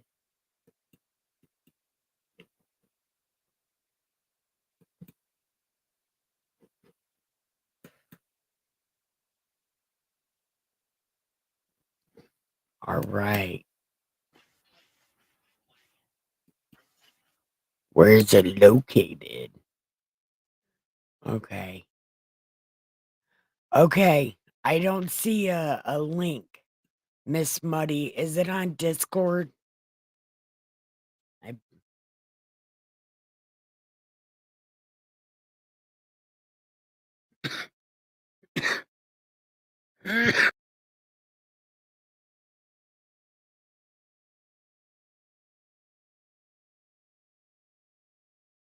She's not dead. They will shoot you if they see you. She's been frozen for 2 days. She's frozen solid. Amazing. She's still alive.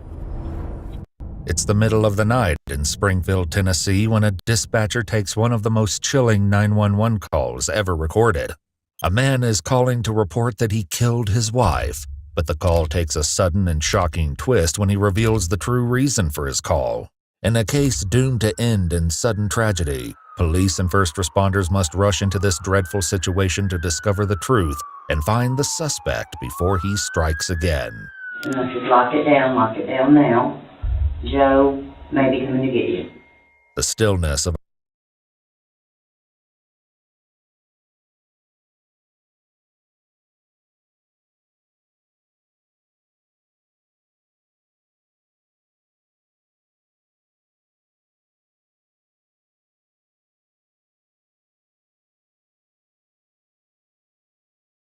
the stillness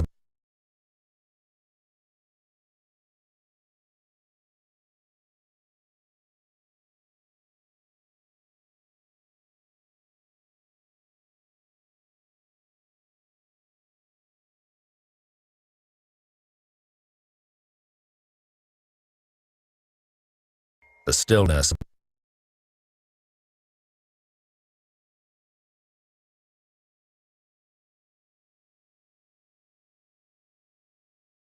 I don't see your link.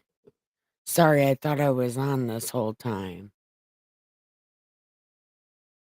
Hold on. The stillness. Why is it keep playing the same thing? Okay. I don't see your link. Sorry, I thought I was on this whole time. Yeah. Hold on. Yeah, can you drop it again, Miss Muddy? Please, because scrolling up, I'm not seeing it. And I mean, I scrolled a lot up. Well, yeah, this is when I lost the chat, and then I found it again. And then you guys were talking about something, and there's no link.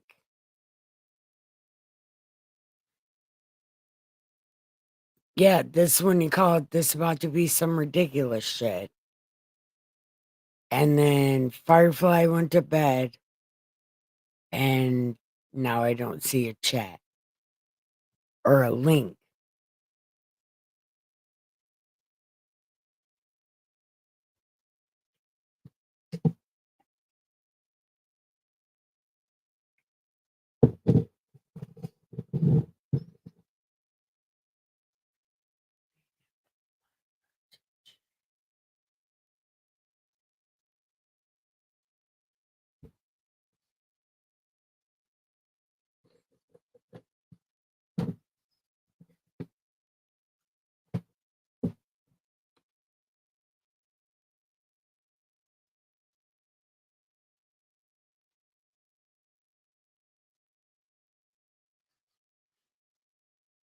Mm-hmm.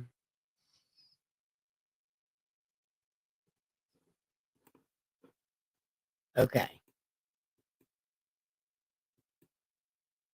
A quiet night is broken at 2:45 a.m. on the morning of November 7th, 2014, when a bone-chilling call comes into 911.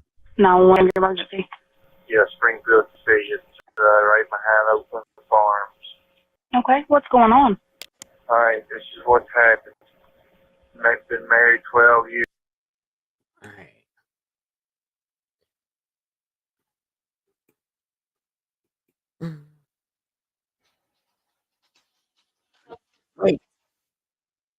Wait. Okay. Here we go. Here. Verification that the audio and video are working in the neighboring courtroom. That's thank you. I do have verification. There are headphones on the table in front of Mr. Brooks should he choose to wear them. I see he's reading from a book at the moment. I do need to make a record that this morning, although Mr. Brooks was not raising his voice, there were repeated interruptions. I gave Mr. Brooks multiple opportunities to stop talking. I asked him repeatedly to stop interrupting me. I advised him that if he continued, he would forfeit his right to be present in this courtroom and would be taken to the neighboring courtroom. I believe I gave that warning at least twice.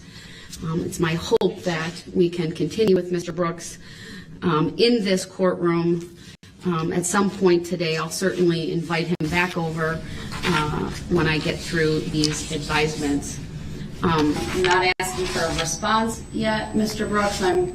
What I'm asking you for is whether you have any requests for jury instructions, or if in your review you think anything needs to be changed, deleted, added, etc. Do you have any requests as it relates to the jury instructions, sir? I would note he put two boxes right in front of where he's seated, so I can't presently see his face. He is unmuted.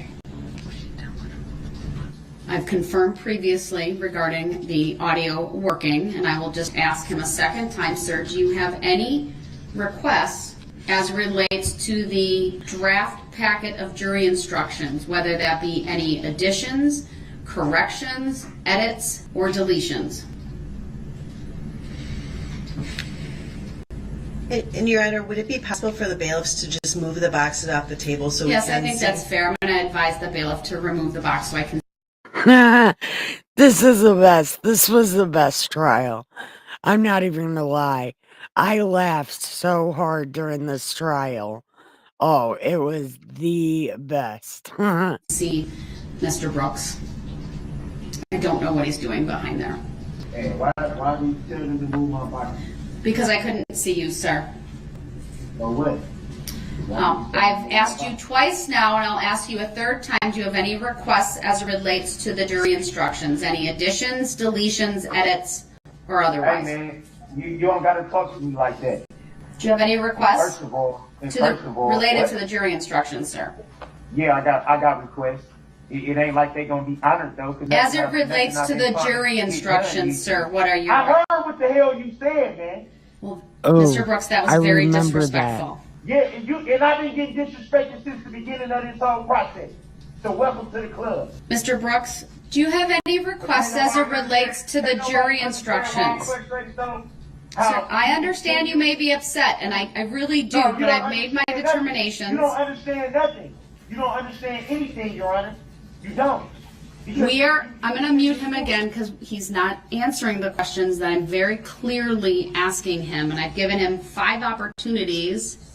Mr. Brooks, do you have any requests as it relates to the jury instructions? I'll unmute you for that answer. I can't hear everything you're saying. Mr. Brooks, do you have any requests as it relates to the jury instructions? It's such a baby. I can hear what you're saying. You just told me you didn't. So which one is it? Yeah, I got the headphones on. You can't see that? What are your requests as it relates? What are your requests as it relates to the jury instructions, sir? Man, don't try to come with this whole little image, sir. Now it's all this sir and all this. Try to put on this little act like you so worried about what's going on with me. You don't give a damn. Never did. Mr. Brooks, you're being disrespectful again. You've been being disrespectful. You've been being disrespectful. Mr. Brooks, do you have any position on the verbiage of jury instructions 70 on page 65? Don't ask me no question. Are you my accuser? Are you my accuser, Your Honor? All right, he's choosing not to answer, so I'll mute him again. It's unfortunate that he's deciding not to participate in this. I agree with the state. I don't need to highlight with that second paragraph. I will take that out, but I will include in the paragraph that reads, at times, Mr. Brooks has appeared from another courtroom, period. This must not influence your verdict in any manner. Mr. Brooks, do you have any position on that? Which is, so jury instruction 70 has to do with the defendant proceeding pro se. I need the bailiffs to move the boxes away from his face. I need to be able to see him. He can keep them on the table, but they need to be moved off to the side. And if he does it one more time, then I will instruct the bailiffs to take the boxes away. Those are trial prep materials. If there's something in those materials related to jury instructions, he should take those out now. Mr. Brooks, one final time, do you have any...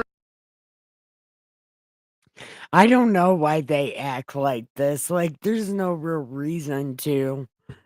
But I guess for Daryl Brooks, he did get like 15 life sentences. So, I could see why he acted like this, but damn.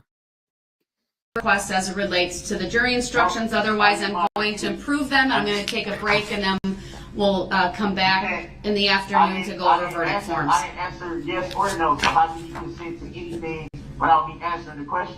Are you going to answer the question, sir? But you can't force me to do it, though. You can't just say, I'm going to do this. Because sir, but you also can't stall the proceedings by failing to answer. I didn't try to stall the proceedings. You're the one that held me in contempt. I never held you in contempt. All right, I'm going to mute him once again because he refuses to answer a very simple question about whether he has any requests as it relates to the jury instructions. I will work on making all the changes with Madam Clerk, finalizing the order. So we'll come back at 1 o'clock to finalize the verdicts.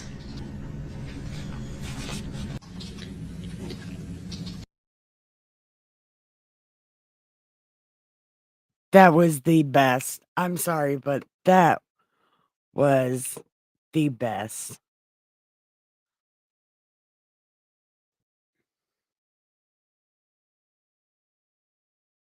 That long cuck is bad.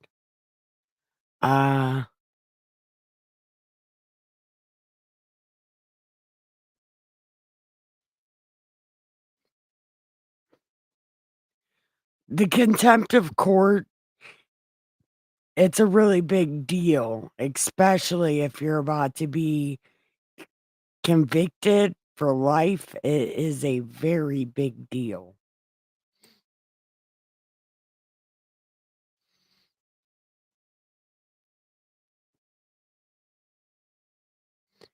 All right. So, do we want to fucking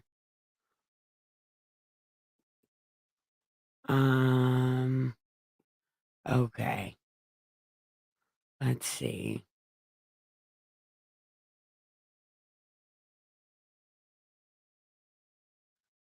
Hey, Nolly. Okay. This one seems like the little girl might be alive. Right. So, maybe she'll be alive. Mhm. Okay. There.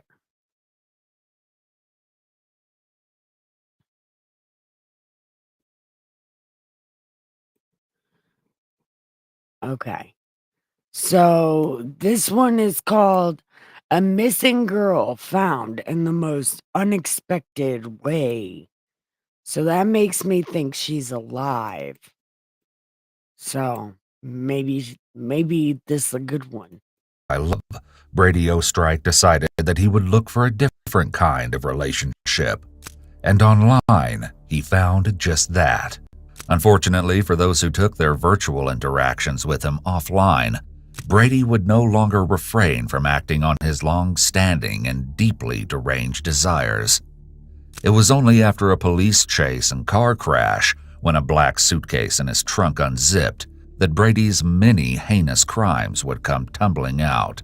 But most shockingly, one of the most incriminating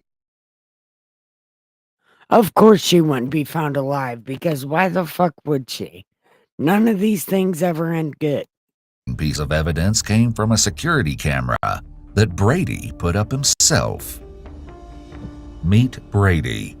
He may look like he's undertaking some normal home improvement work, but Brady's upgrade served a different purpose. As a professional electrician, Brady was more than capable of house maintenance.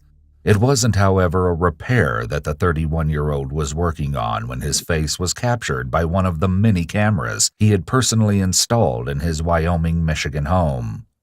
Instead, that camera, the one he put up, caught the image of course it's Michigan, because nothing sane ever happens there. Brady in the midst of an incriminating act. The first footage was recorded on July 5, 2014, of a casually dressed Brady wearing what appears to be a tank top and boxers. As he scratches himself, he appears to be thinking of how to approach his task. Then he gets to work, cleaning up what seems to be a rather untidy space. The area is cleared before our eyes with a kind of newly installed type of pulley system, something Brady brushes past. Then it's back to more scratching. Only this time, Brady is dressed and looks ready to head out. Just what Brady was readying those subterranean rooms for wouldn't be discovered until almost 2 weeks later. Why do you need to scratch your ass in front of your camera, though? Because are you watching yourself later? Like, I need to make sure I was scratching properly.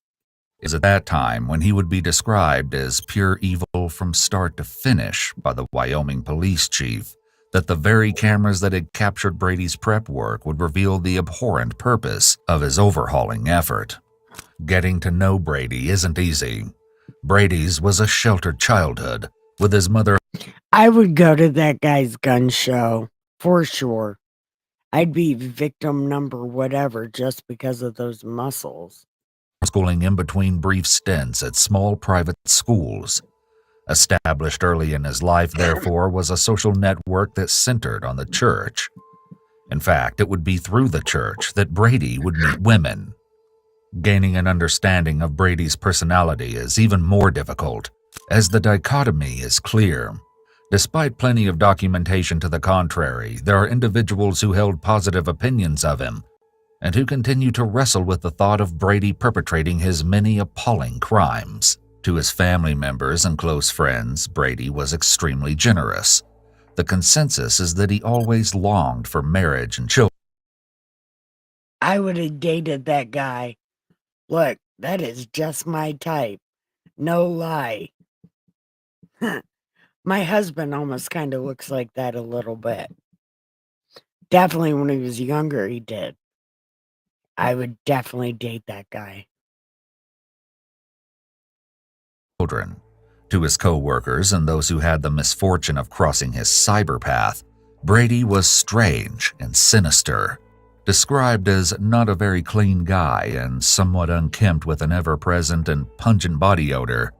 His roommates even reported that at some point Brady had taken to urinating in bottles he left all over the house. Okay, He maybe caused that's too unease, far. No. with one person admitting that Okay, Brady I freaked him lied. out, No. and another going so far to describe him as having crazy eyes.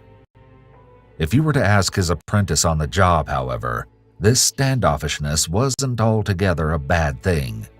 This is because when Brady did open up to others, he described his inappropriate intimate experiences and detailed his perverse proclivities.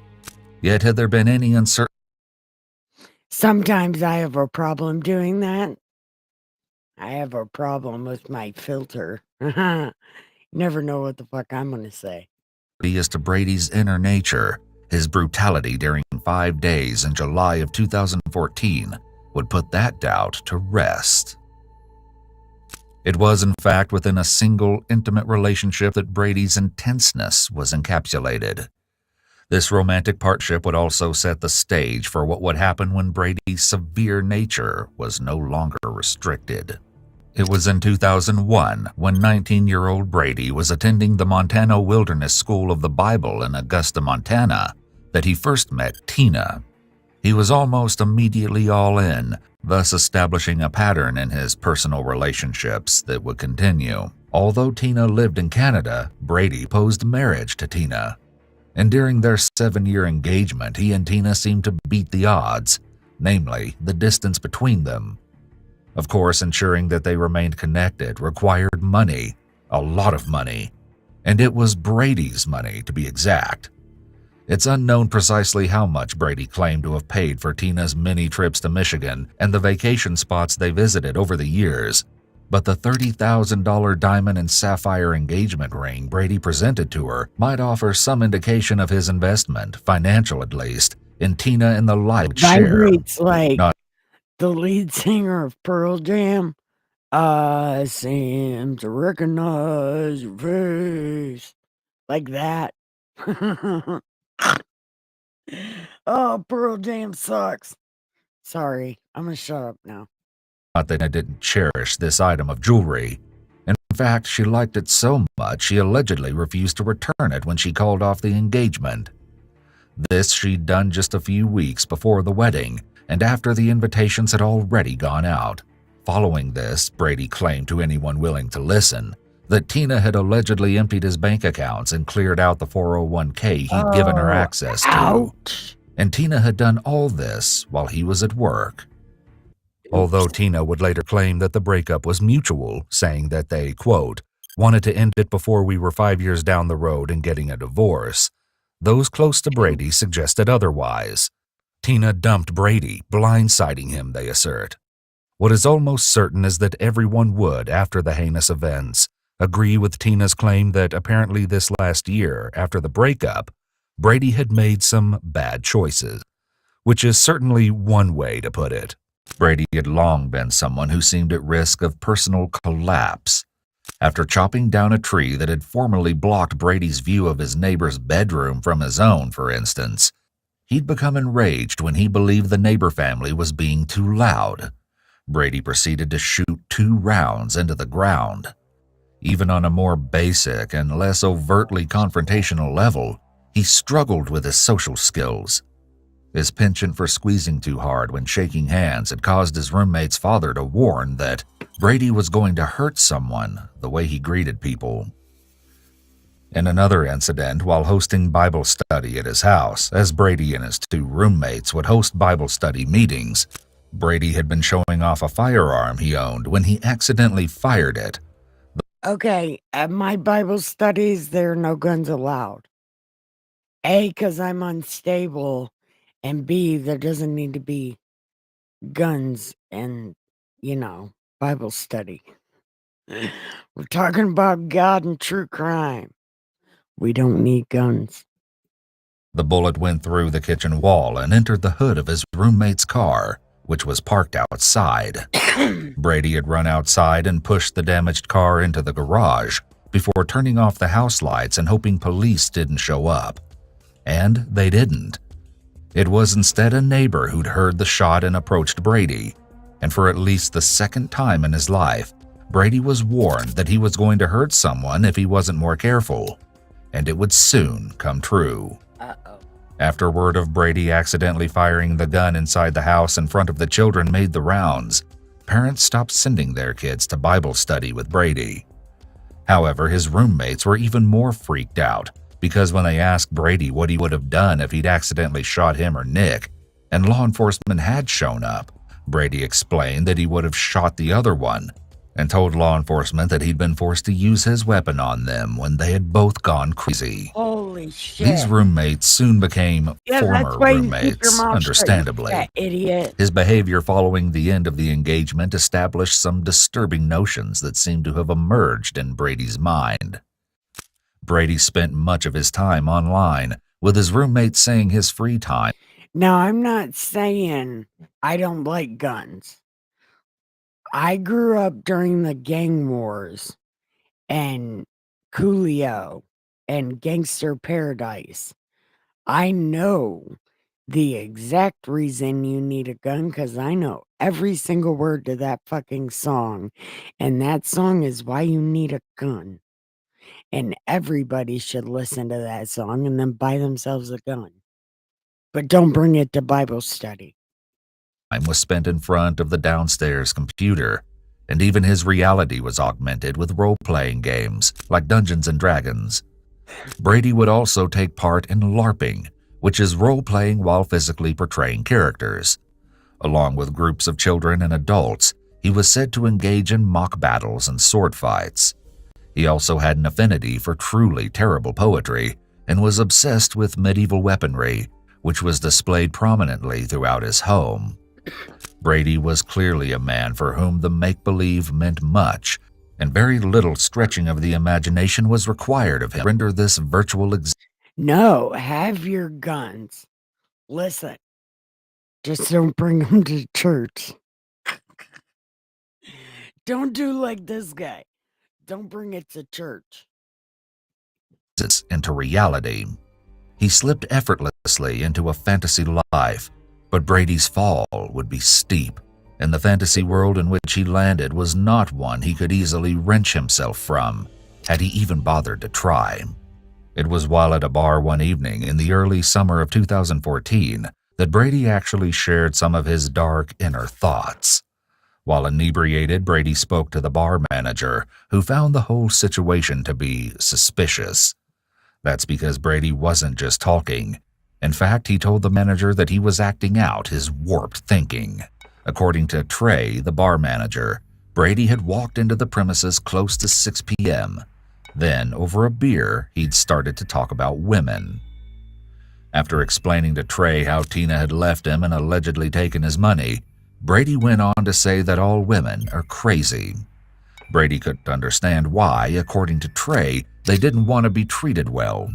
So what he had decided, thanks to a newfound clarity fueled by heartache and bitterness, was that he was done with women like Tina, who didn't want to be treated nicely. Brady had decided that he would seek out women who wanted to be mistreated. And just where would Brady find this type of woman? Why, Craigslist, of course. Between 2011 and 2014, the platform was receiving a lot of media attention for the adult services offered, and because several convicted murderers had used it to lure their victims. So when Brady confessed over a beer at Mulligan's bar how he was now only looking for women who wanted to be mistreated, he shared one additional disturbing detail. This item of interest was in fact so significant that it alone formed Trey's justification for calling the police after Brady left the venue. You see, Brady told him that he'd found a new woman already, and in fact, she just so happened to be locked up in his basement at that very moment. After Trey pulled Brady's information from his credit card, police made a welfare check at the Taft Avenue home where Brady lived. When they encountered Brady and advised him that someone at Mulligan's had overheard his conversation about a woman being imprisoned in his basement, Brady laughed and invited the officers inside. In the basement, he said they would be able to see for themselves that the young woman in question was safe. And when police officers were able to determine that the woman, by the name of Melissa, was of age and in fact unharmed, they thanked Brady for being so cooperative and left the house.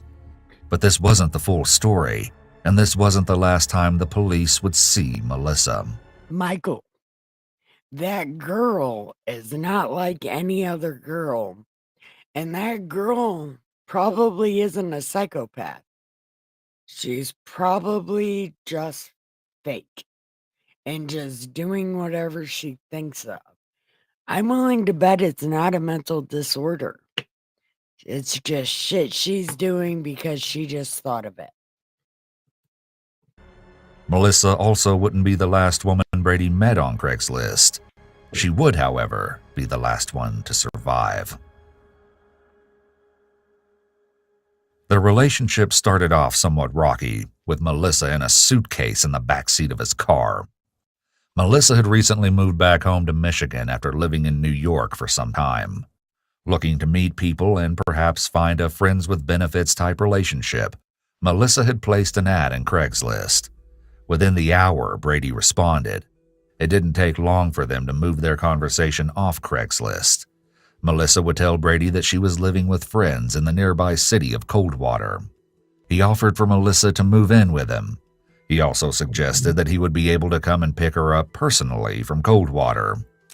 Before leaving to get her in mid-May, Brady had asked Melissa if it would be okay with her to travel back to Wyoming in a suitcase. Assuming that this was a fetish of some sort, Melissa had agreed. Although she considered the request somewhat strange, which is perhaps the understatement of the century, when Brady had shown up with a black suitcase, she freely climbed inside. After being placed in the backseat of Brady's yellow Chevy Cobalt, the two had traveled for approximately 2 hours until, without warning, Brady stopped the car and unzipped the suitcase, only to spray an unknown substance into it and all over Melissa.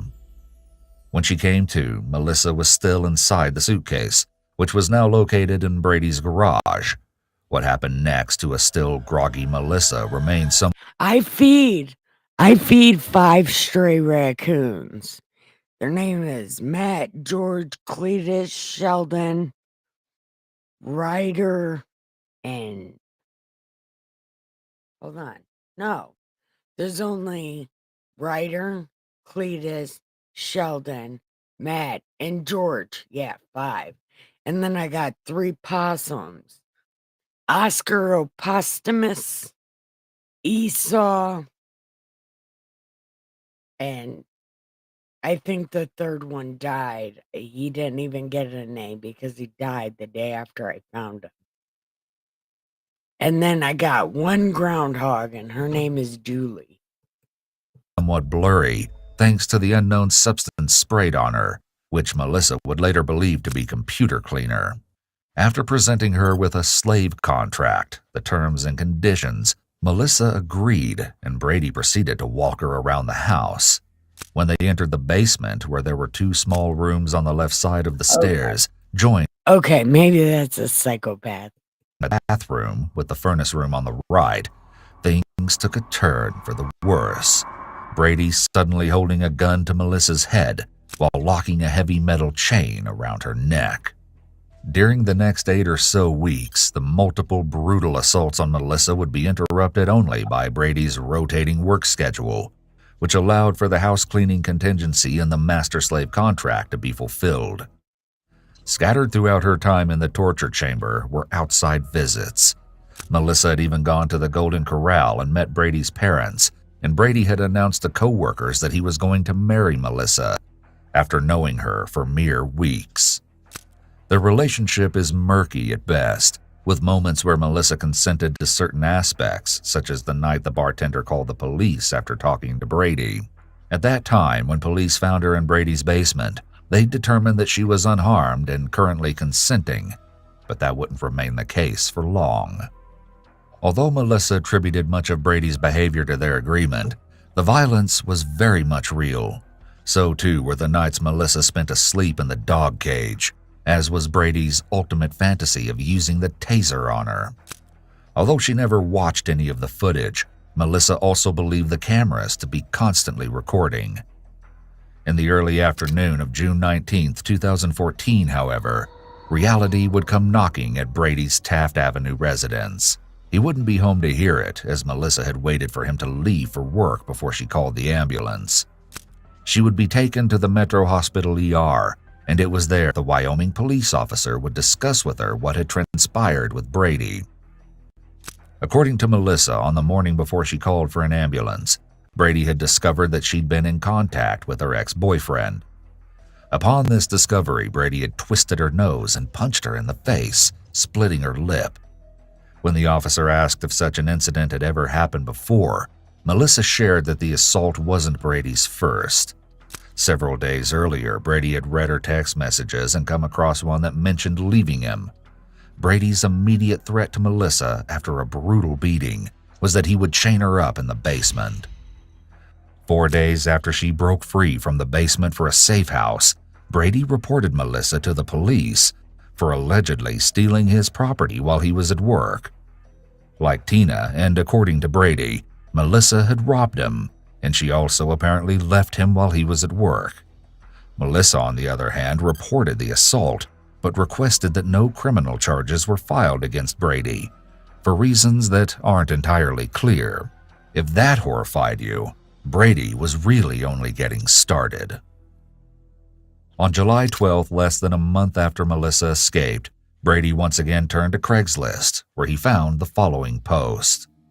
I need $50 by 3:30 p.m. today. I can pay you back later tonight, but I need gas and some mess quick. Everyone has bronchitis at my house and I don't want to get sick. I'm 8 months pregnant and my lungs are all squished as is. If you could help me out, me and my daughter will greatly appreciate it. Well, we're looking for donations if possible. Kinda in a tight spot and we have a baby on the way. As far as the fund goes, there won't be any male-on-male action or redacted on me unless it's my boyfriend. Condoms are necessary and I'm 18, he's 25. I recently dyed my hair so it's not black or brown anymore. Brady responded and an exchange began. I can swing $120. Wow, really? Can you host? I can host. What are you thinking? I'm 25. Yes, you both need a ride. Where you want me to pick you up at? No, we can travel. Just can't host is all. Where would you like to meet up? I'd like to redact it outside in a park around 11:30. That okay? Can you? Can you make it? I don't know. I don't want to get in trouble for indecent exposure or anything. I can't go to jail being 8 months pregnant. It's cop-free. It's a park, but behind it are a lot of woods. No cops at all. Not my first time there. I can redacted you as you redacted your boyfriend. Okay, do we need to bring the condoms? No, I've got a rubber me. Go in past the baseball diamonds to the grass lot in the back. Follow the trail to the right till you get to the meadow. I have a dry blanket for us 3. Okay, I guess we can. Sorry for the late reply. We had to talk about it and your messages kept getting sent to the spam box. What time? Midnight. Sounds great. If I give an extra 40, can I bareback? Okay, will do. Thanks for the donation. We may be a tad bit late because the boyfriend is stinking up the bathroom at the moment. When he gets out, we'll be on our way. In an exclusive interview with EWU, That's 18-year-old insane. Brooke Ann Slocum was described by her mother, Deb Hotchkiss. Wow. Wow. She was the sweetest girl ever. She would help anybody out. Anybody. She would help them out. She loved her family. She was a beautiful soul. Beautiful soul. She just got tied up in something evil. Brooke Slocum was known to show kindness toward others in difficult situations. Bothered by the homelessness plaguing Grand Rapids, Brooke, who herself didn't have a fixed address, would hold up a sign asking for aid, only to turn over the cash to someone else so that they could get off the street for a night. Brooke was already slim and worried about her next meal, yet she would pack lunches for the hungry. A natural nurturer, Brooke wanted nothing more than to find love and make a family of her own. She was 8 months pregnant in July of 2014, carrying a very wanted little girl who she planned to name Audie. It is, however, difficult to determine whether Brooke believed that what she was experiencing with her boyfriend, Charlie Oppenheer, was in fact love. From the outside, it certainly doesn't appear to have been the case. Deb recalls meeting Charlie and her feelings about the relationship between him and her daughter. The first time I met him, I was very uneasy. Didn't have very good feelings. A lot of times I would call her. She wouldn't call me back. He was controlling of her, and he always had to be with her when she came to visit me. So at that point, I knew it was not a healthy relationship. 25-year-old Charlie and 18-year-old Brooke's relationship was turbulent. While Charlie was the father of baby Audie, he already had 2 children and an on-and-off relationship with their mother, Rose.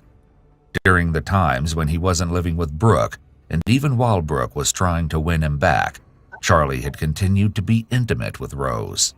After a year and a half of Brooke being with Charlie, meaning they'd gotten together when Brooke was still a minor, Charlie discovered that Brooke was pregnant. She wanted Audie so bad. So bad she needed her in her life. He'd reportedly told Rose that he planned to end the relationship with Brooke. But apparently feeling sorry for Brooke, Rose had allowed her and Charlie, whom she'd twice previously filed domestic violence charges against, to move into her house. A pregnant Brooke and Charlie were now living with Charlie's ex-partner and the mother of his 2 young children in her home. The sleeping arrangement? Brooke was on the couch, while Charlie slept in the bed with Rose. Eventually, though, Brooke would be kicked out, with Charlie following shortly thereafter.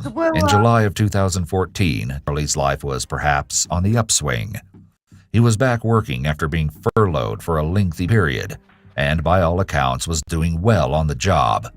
He'd even recently purchased a new to him, dark green 1995 Saab. It was, in fact, contact from police about the Saab that had alerted his father, Gerard Jerry Charles Oppenheer, to the fact that something was amiss with his son. When he received a What's confusing about it, Michael? Because I'm still stuck on the mom being angry at the guy that had nothing to do with it. So I don't know. phone call from an officer on July 13, 2014 to ask him if a green Saab found at the Gazan water tower was registered to Charlie. Jerry had tried to reach his son. Always prompt to respond via phone or text, this time Charlie neither called nor texted his father in return. Another 3 days passed. Charlie was still radio silent, and despite being checked on several times by authorities, the Saab hadn't left its grassy parking spot in Gazan Park. That was when Jerry walked into the Wyoming Police Department to report his son missing. Unbeknownst to Jerry, while at the police station's desk window, detectives in the back were being called out to Gazan Park. A body had just been found near the trailhead. The officer who was back at the park to check again on the seemingly abandoned Saab had walked the trail and noticed a used condom. It's what we can watch together. I mean, we can always talk about other things while this is just playing. It don't matter. And several smoked cigarettes. There was also a pool of blood resting atop a mud puddle. a discarded and upside-down brown flip-flop. And also, Michael, I was going to tell you, the first Lori Daybell trial, it was recorded, but it was not streamed, but it was recorded.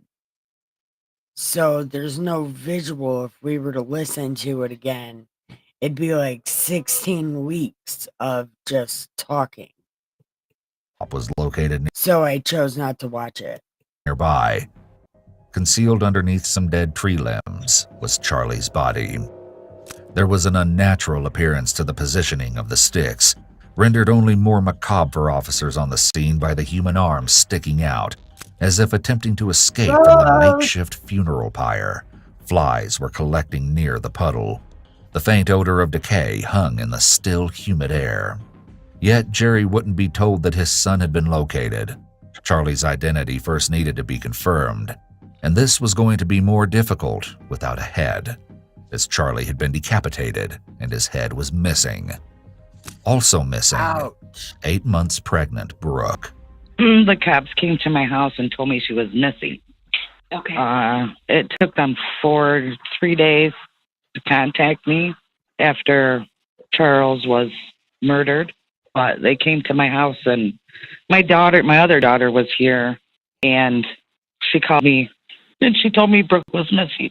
So I flew home from work, and they told me where Charlie was at when he was murdered.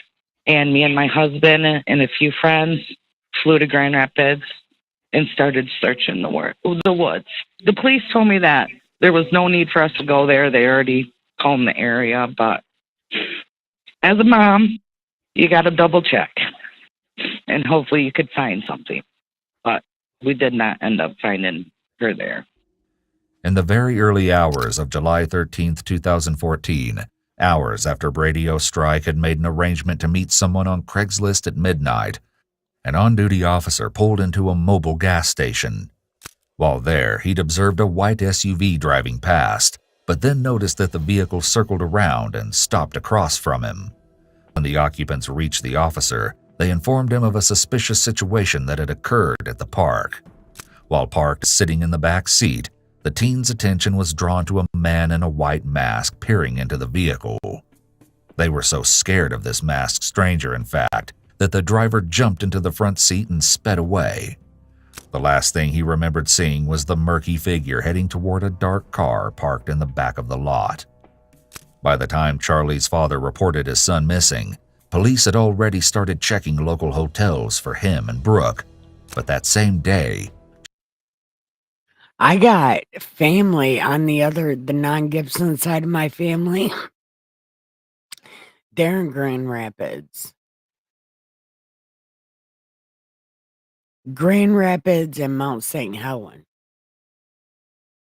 Charlie's decapitated body was located. It was information gleaned from phone and computer records that led to the emergence of Brady O'Strike as a suspect.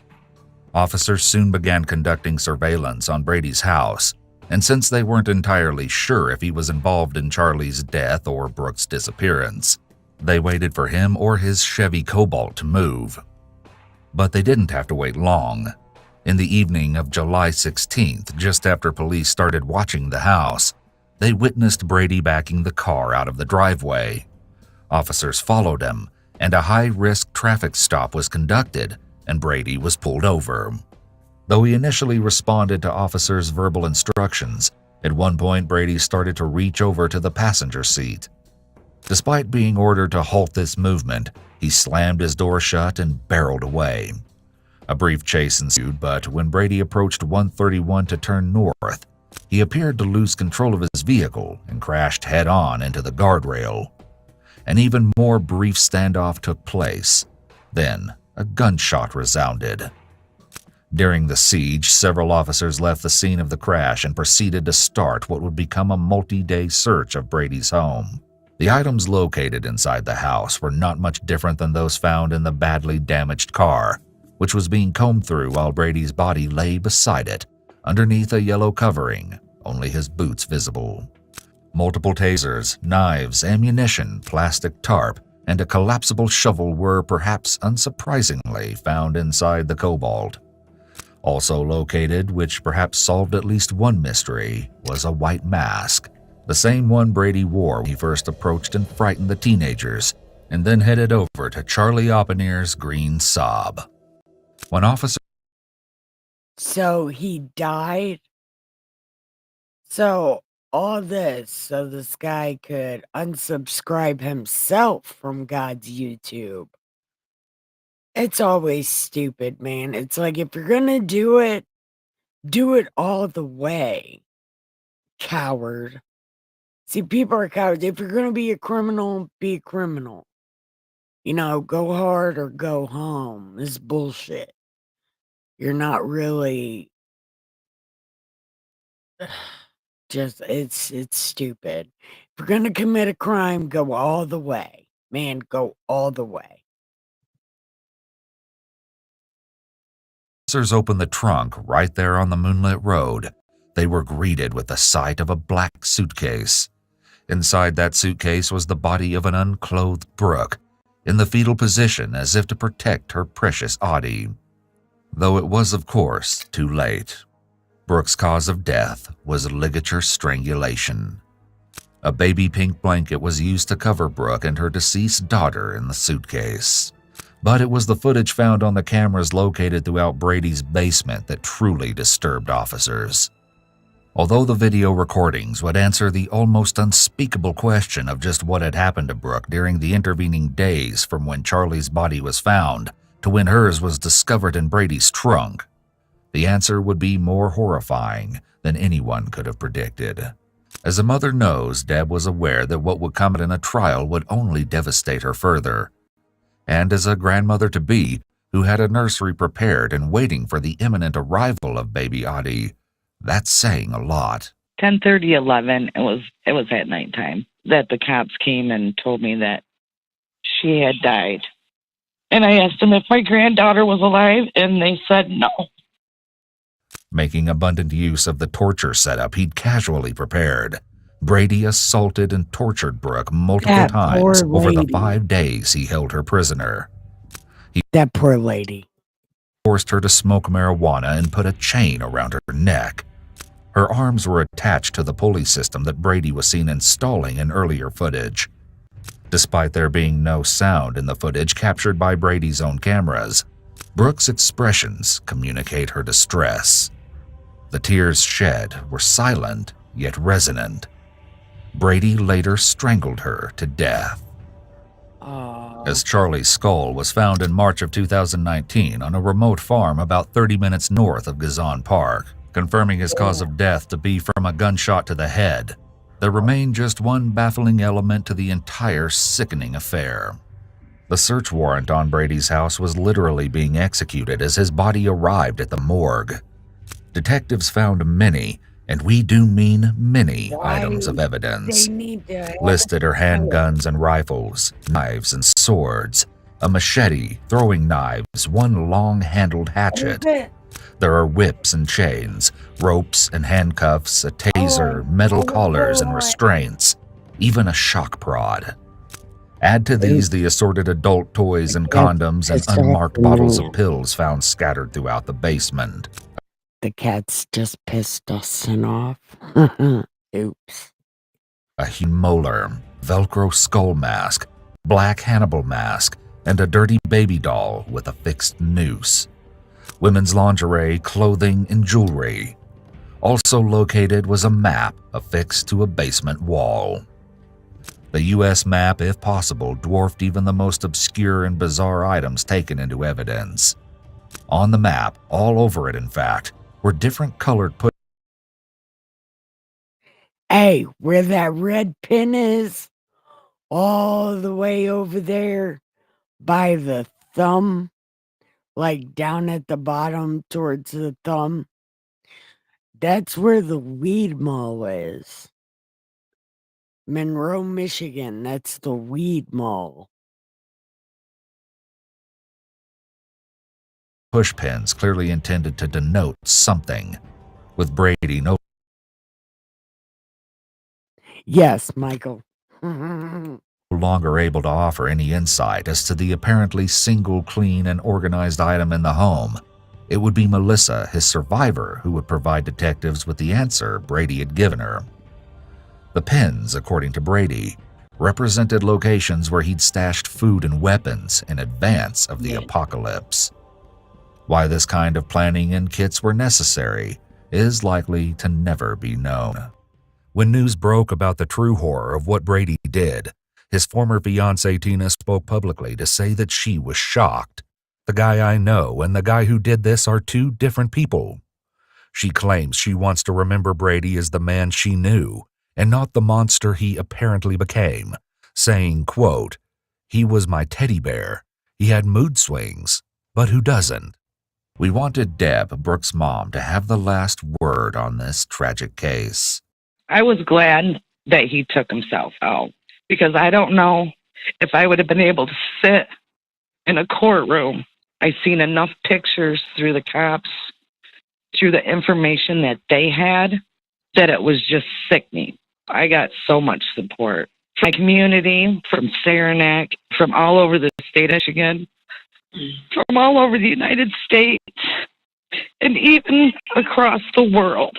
I had people texting me, messaging me, sending me cards in the mail. It was just overwhelming, but a blessing at the same time. And every now and then, somebody will send me a letter or a card in the mail. Overwhelmed, I'm blessed, I'm grateful. They still think about me, even though it was so very tragic ending. There are a lot of good people in this world, and there's a lot of bad people in this world. As a parting question to ask her, she keeps Brooke and Audie's memory with her. They're in my house, they're in my heart. I talk about them a lot to my family and friends. I keep her still going in my life. We want to extend the utmost gratitude to her for speaking with us.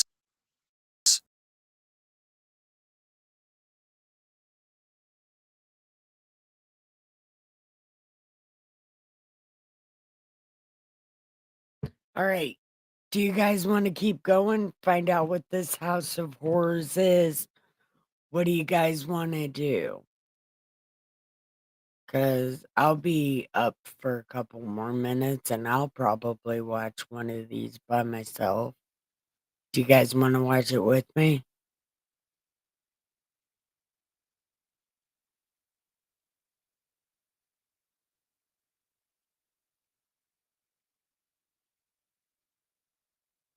Oh, there we go. He's not going to die, maybe. So let's watch that one. 4-year-old refuses to die. She run the table. Okay. So what are we thinking? Should we stay or should we go now? If we go, it will be trouble. If we stay, it will be double. So you gotta let me know. Are we gonna watch a show? Come on, I even sang to y'all. I'll sing again. I'm getting ready for bed soon. So as soon like now or soon like... Soon's probably like now, ain't it? So go give your pillow some head and your sheets some ass and have the sweetest dreams ever.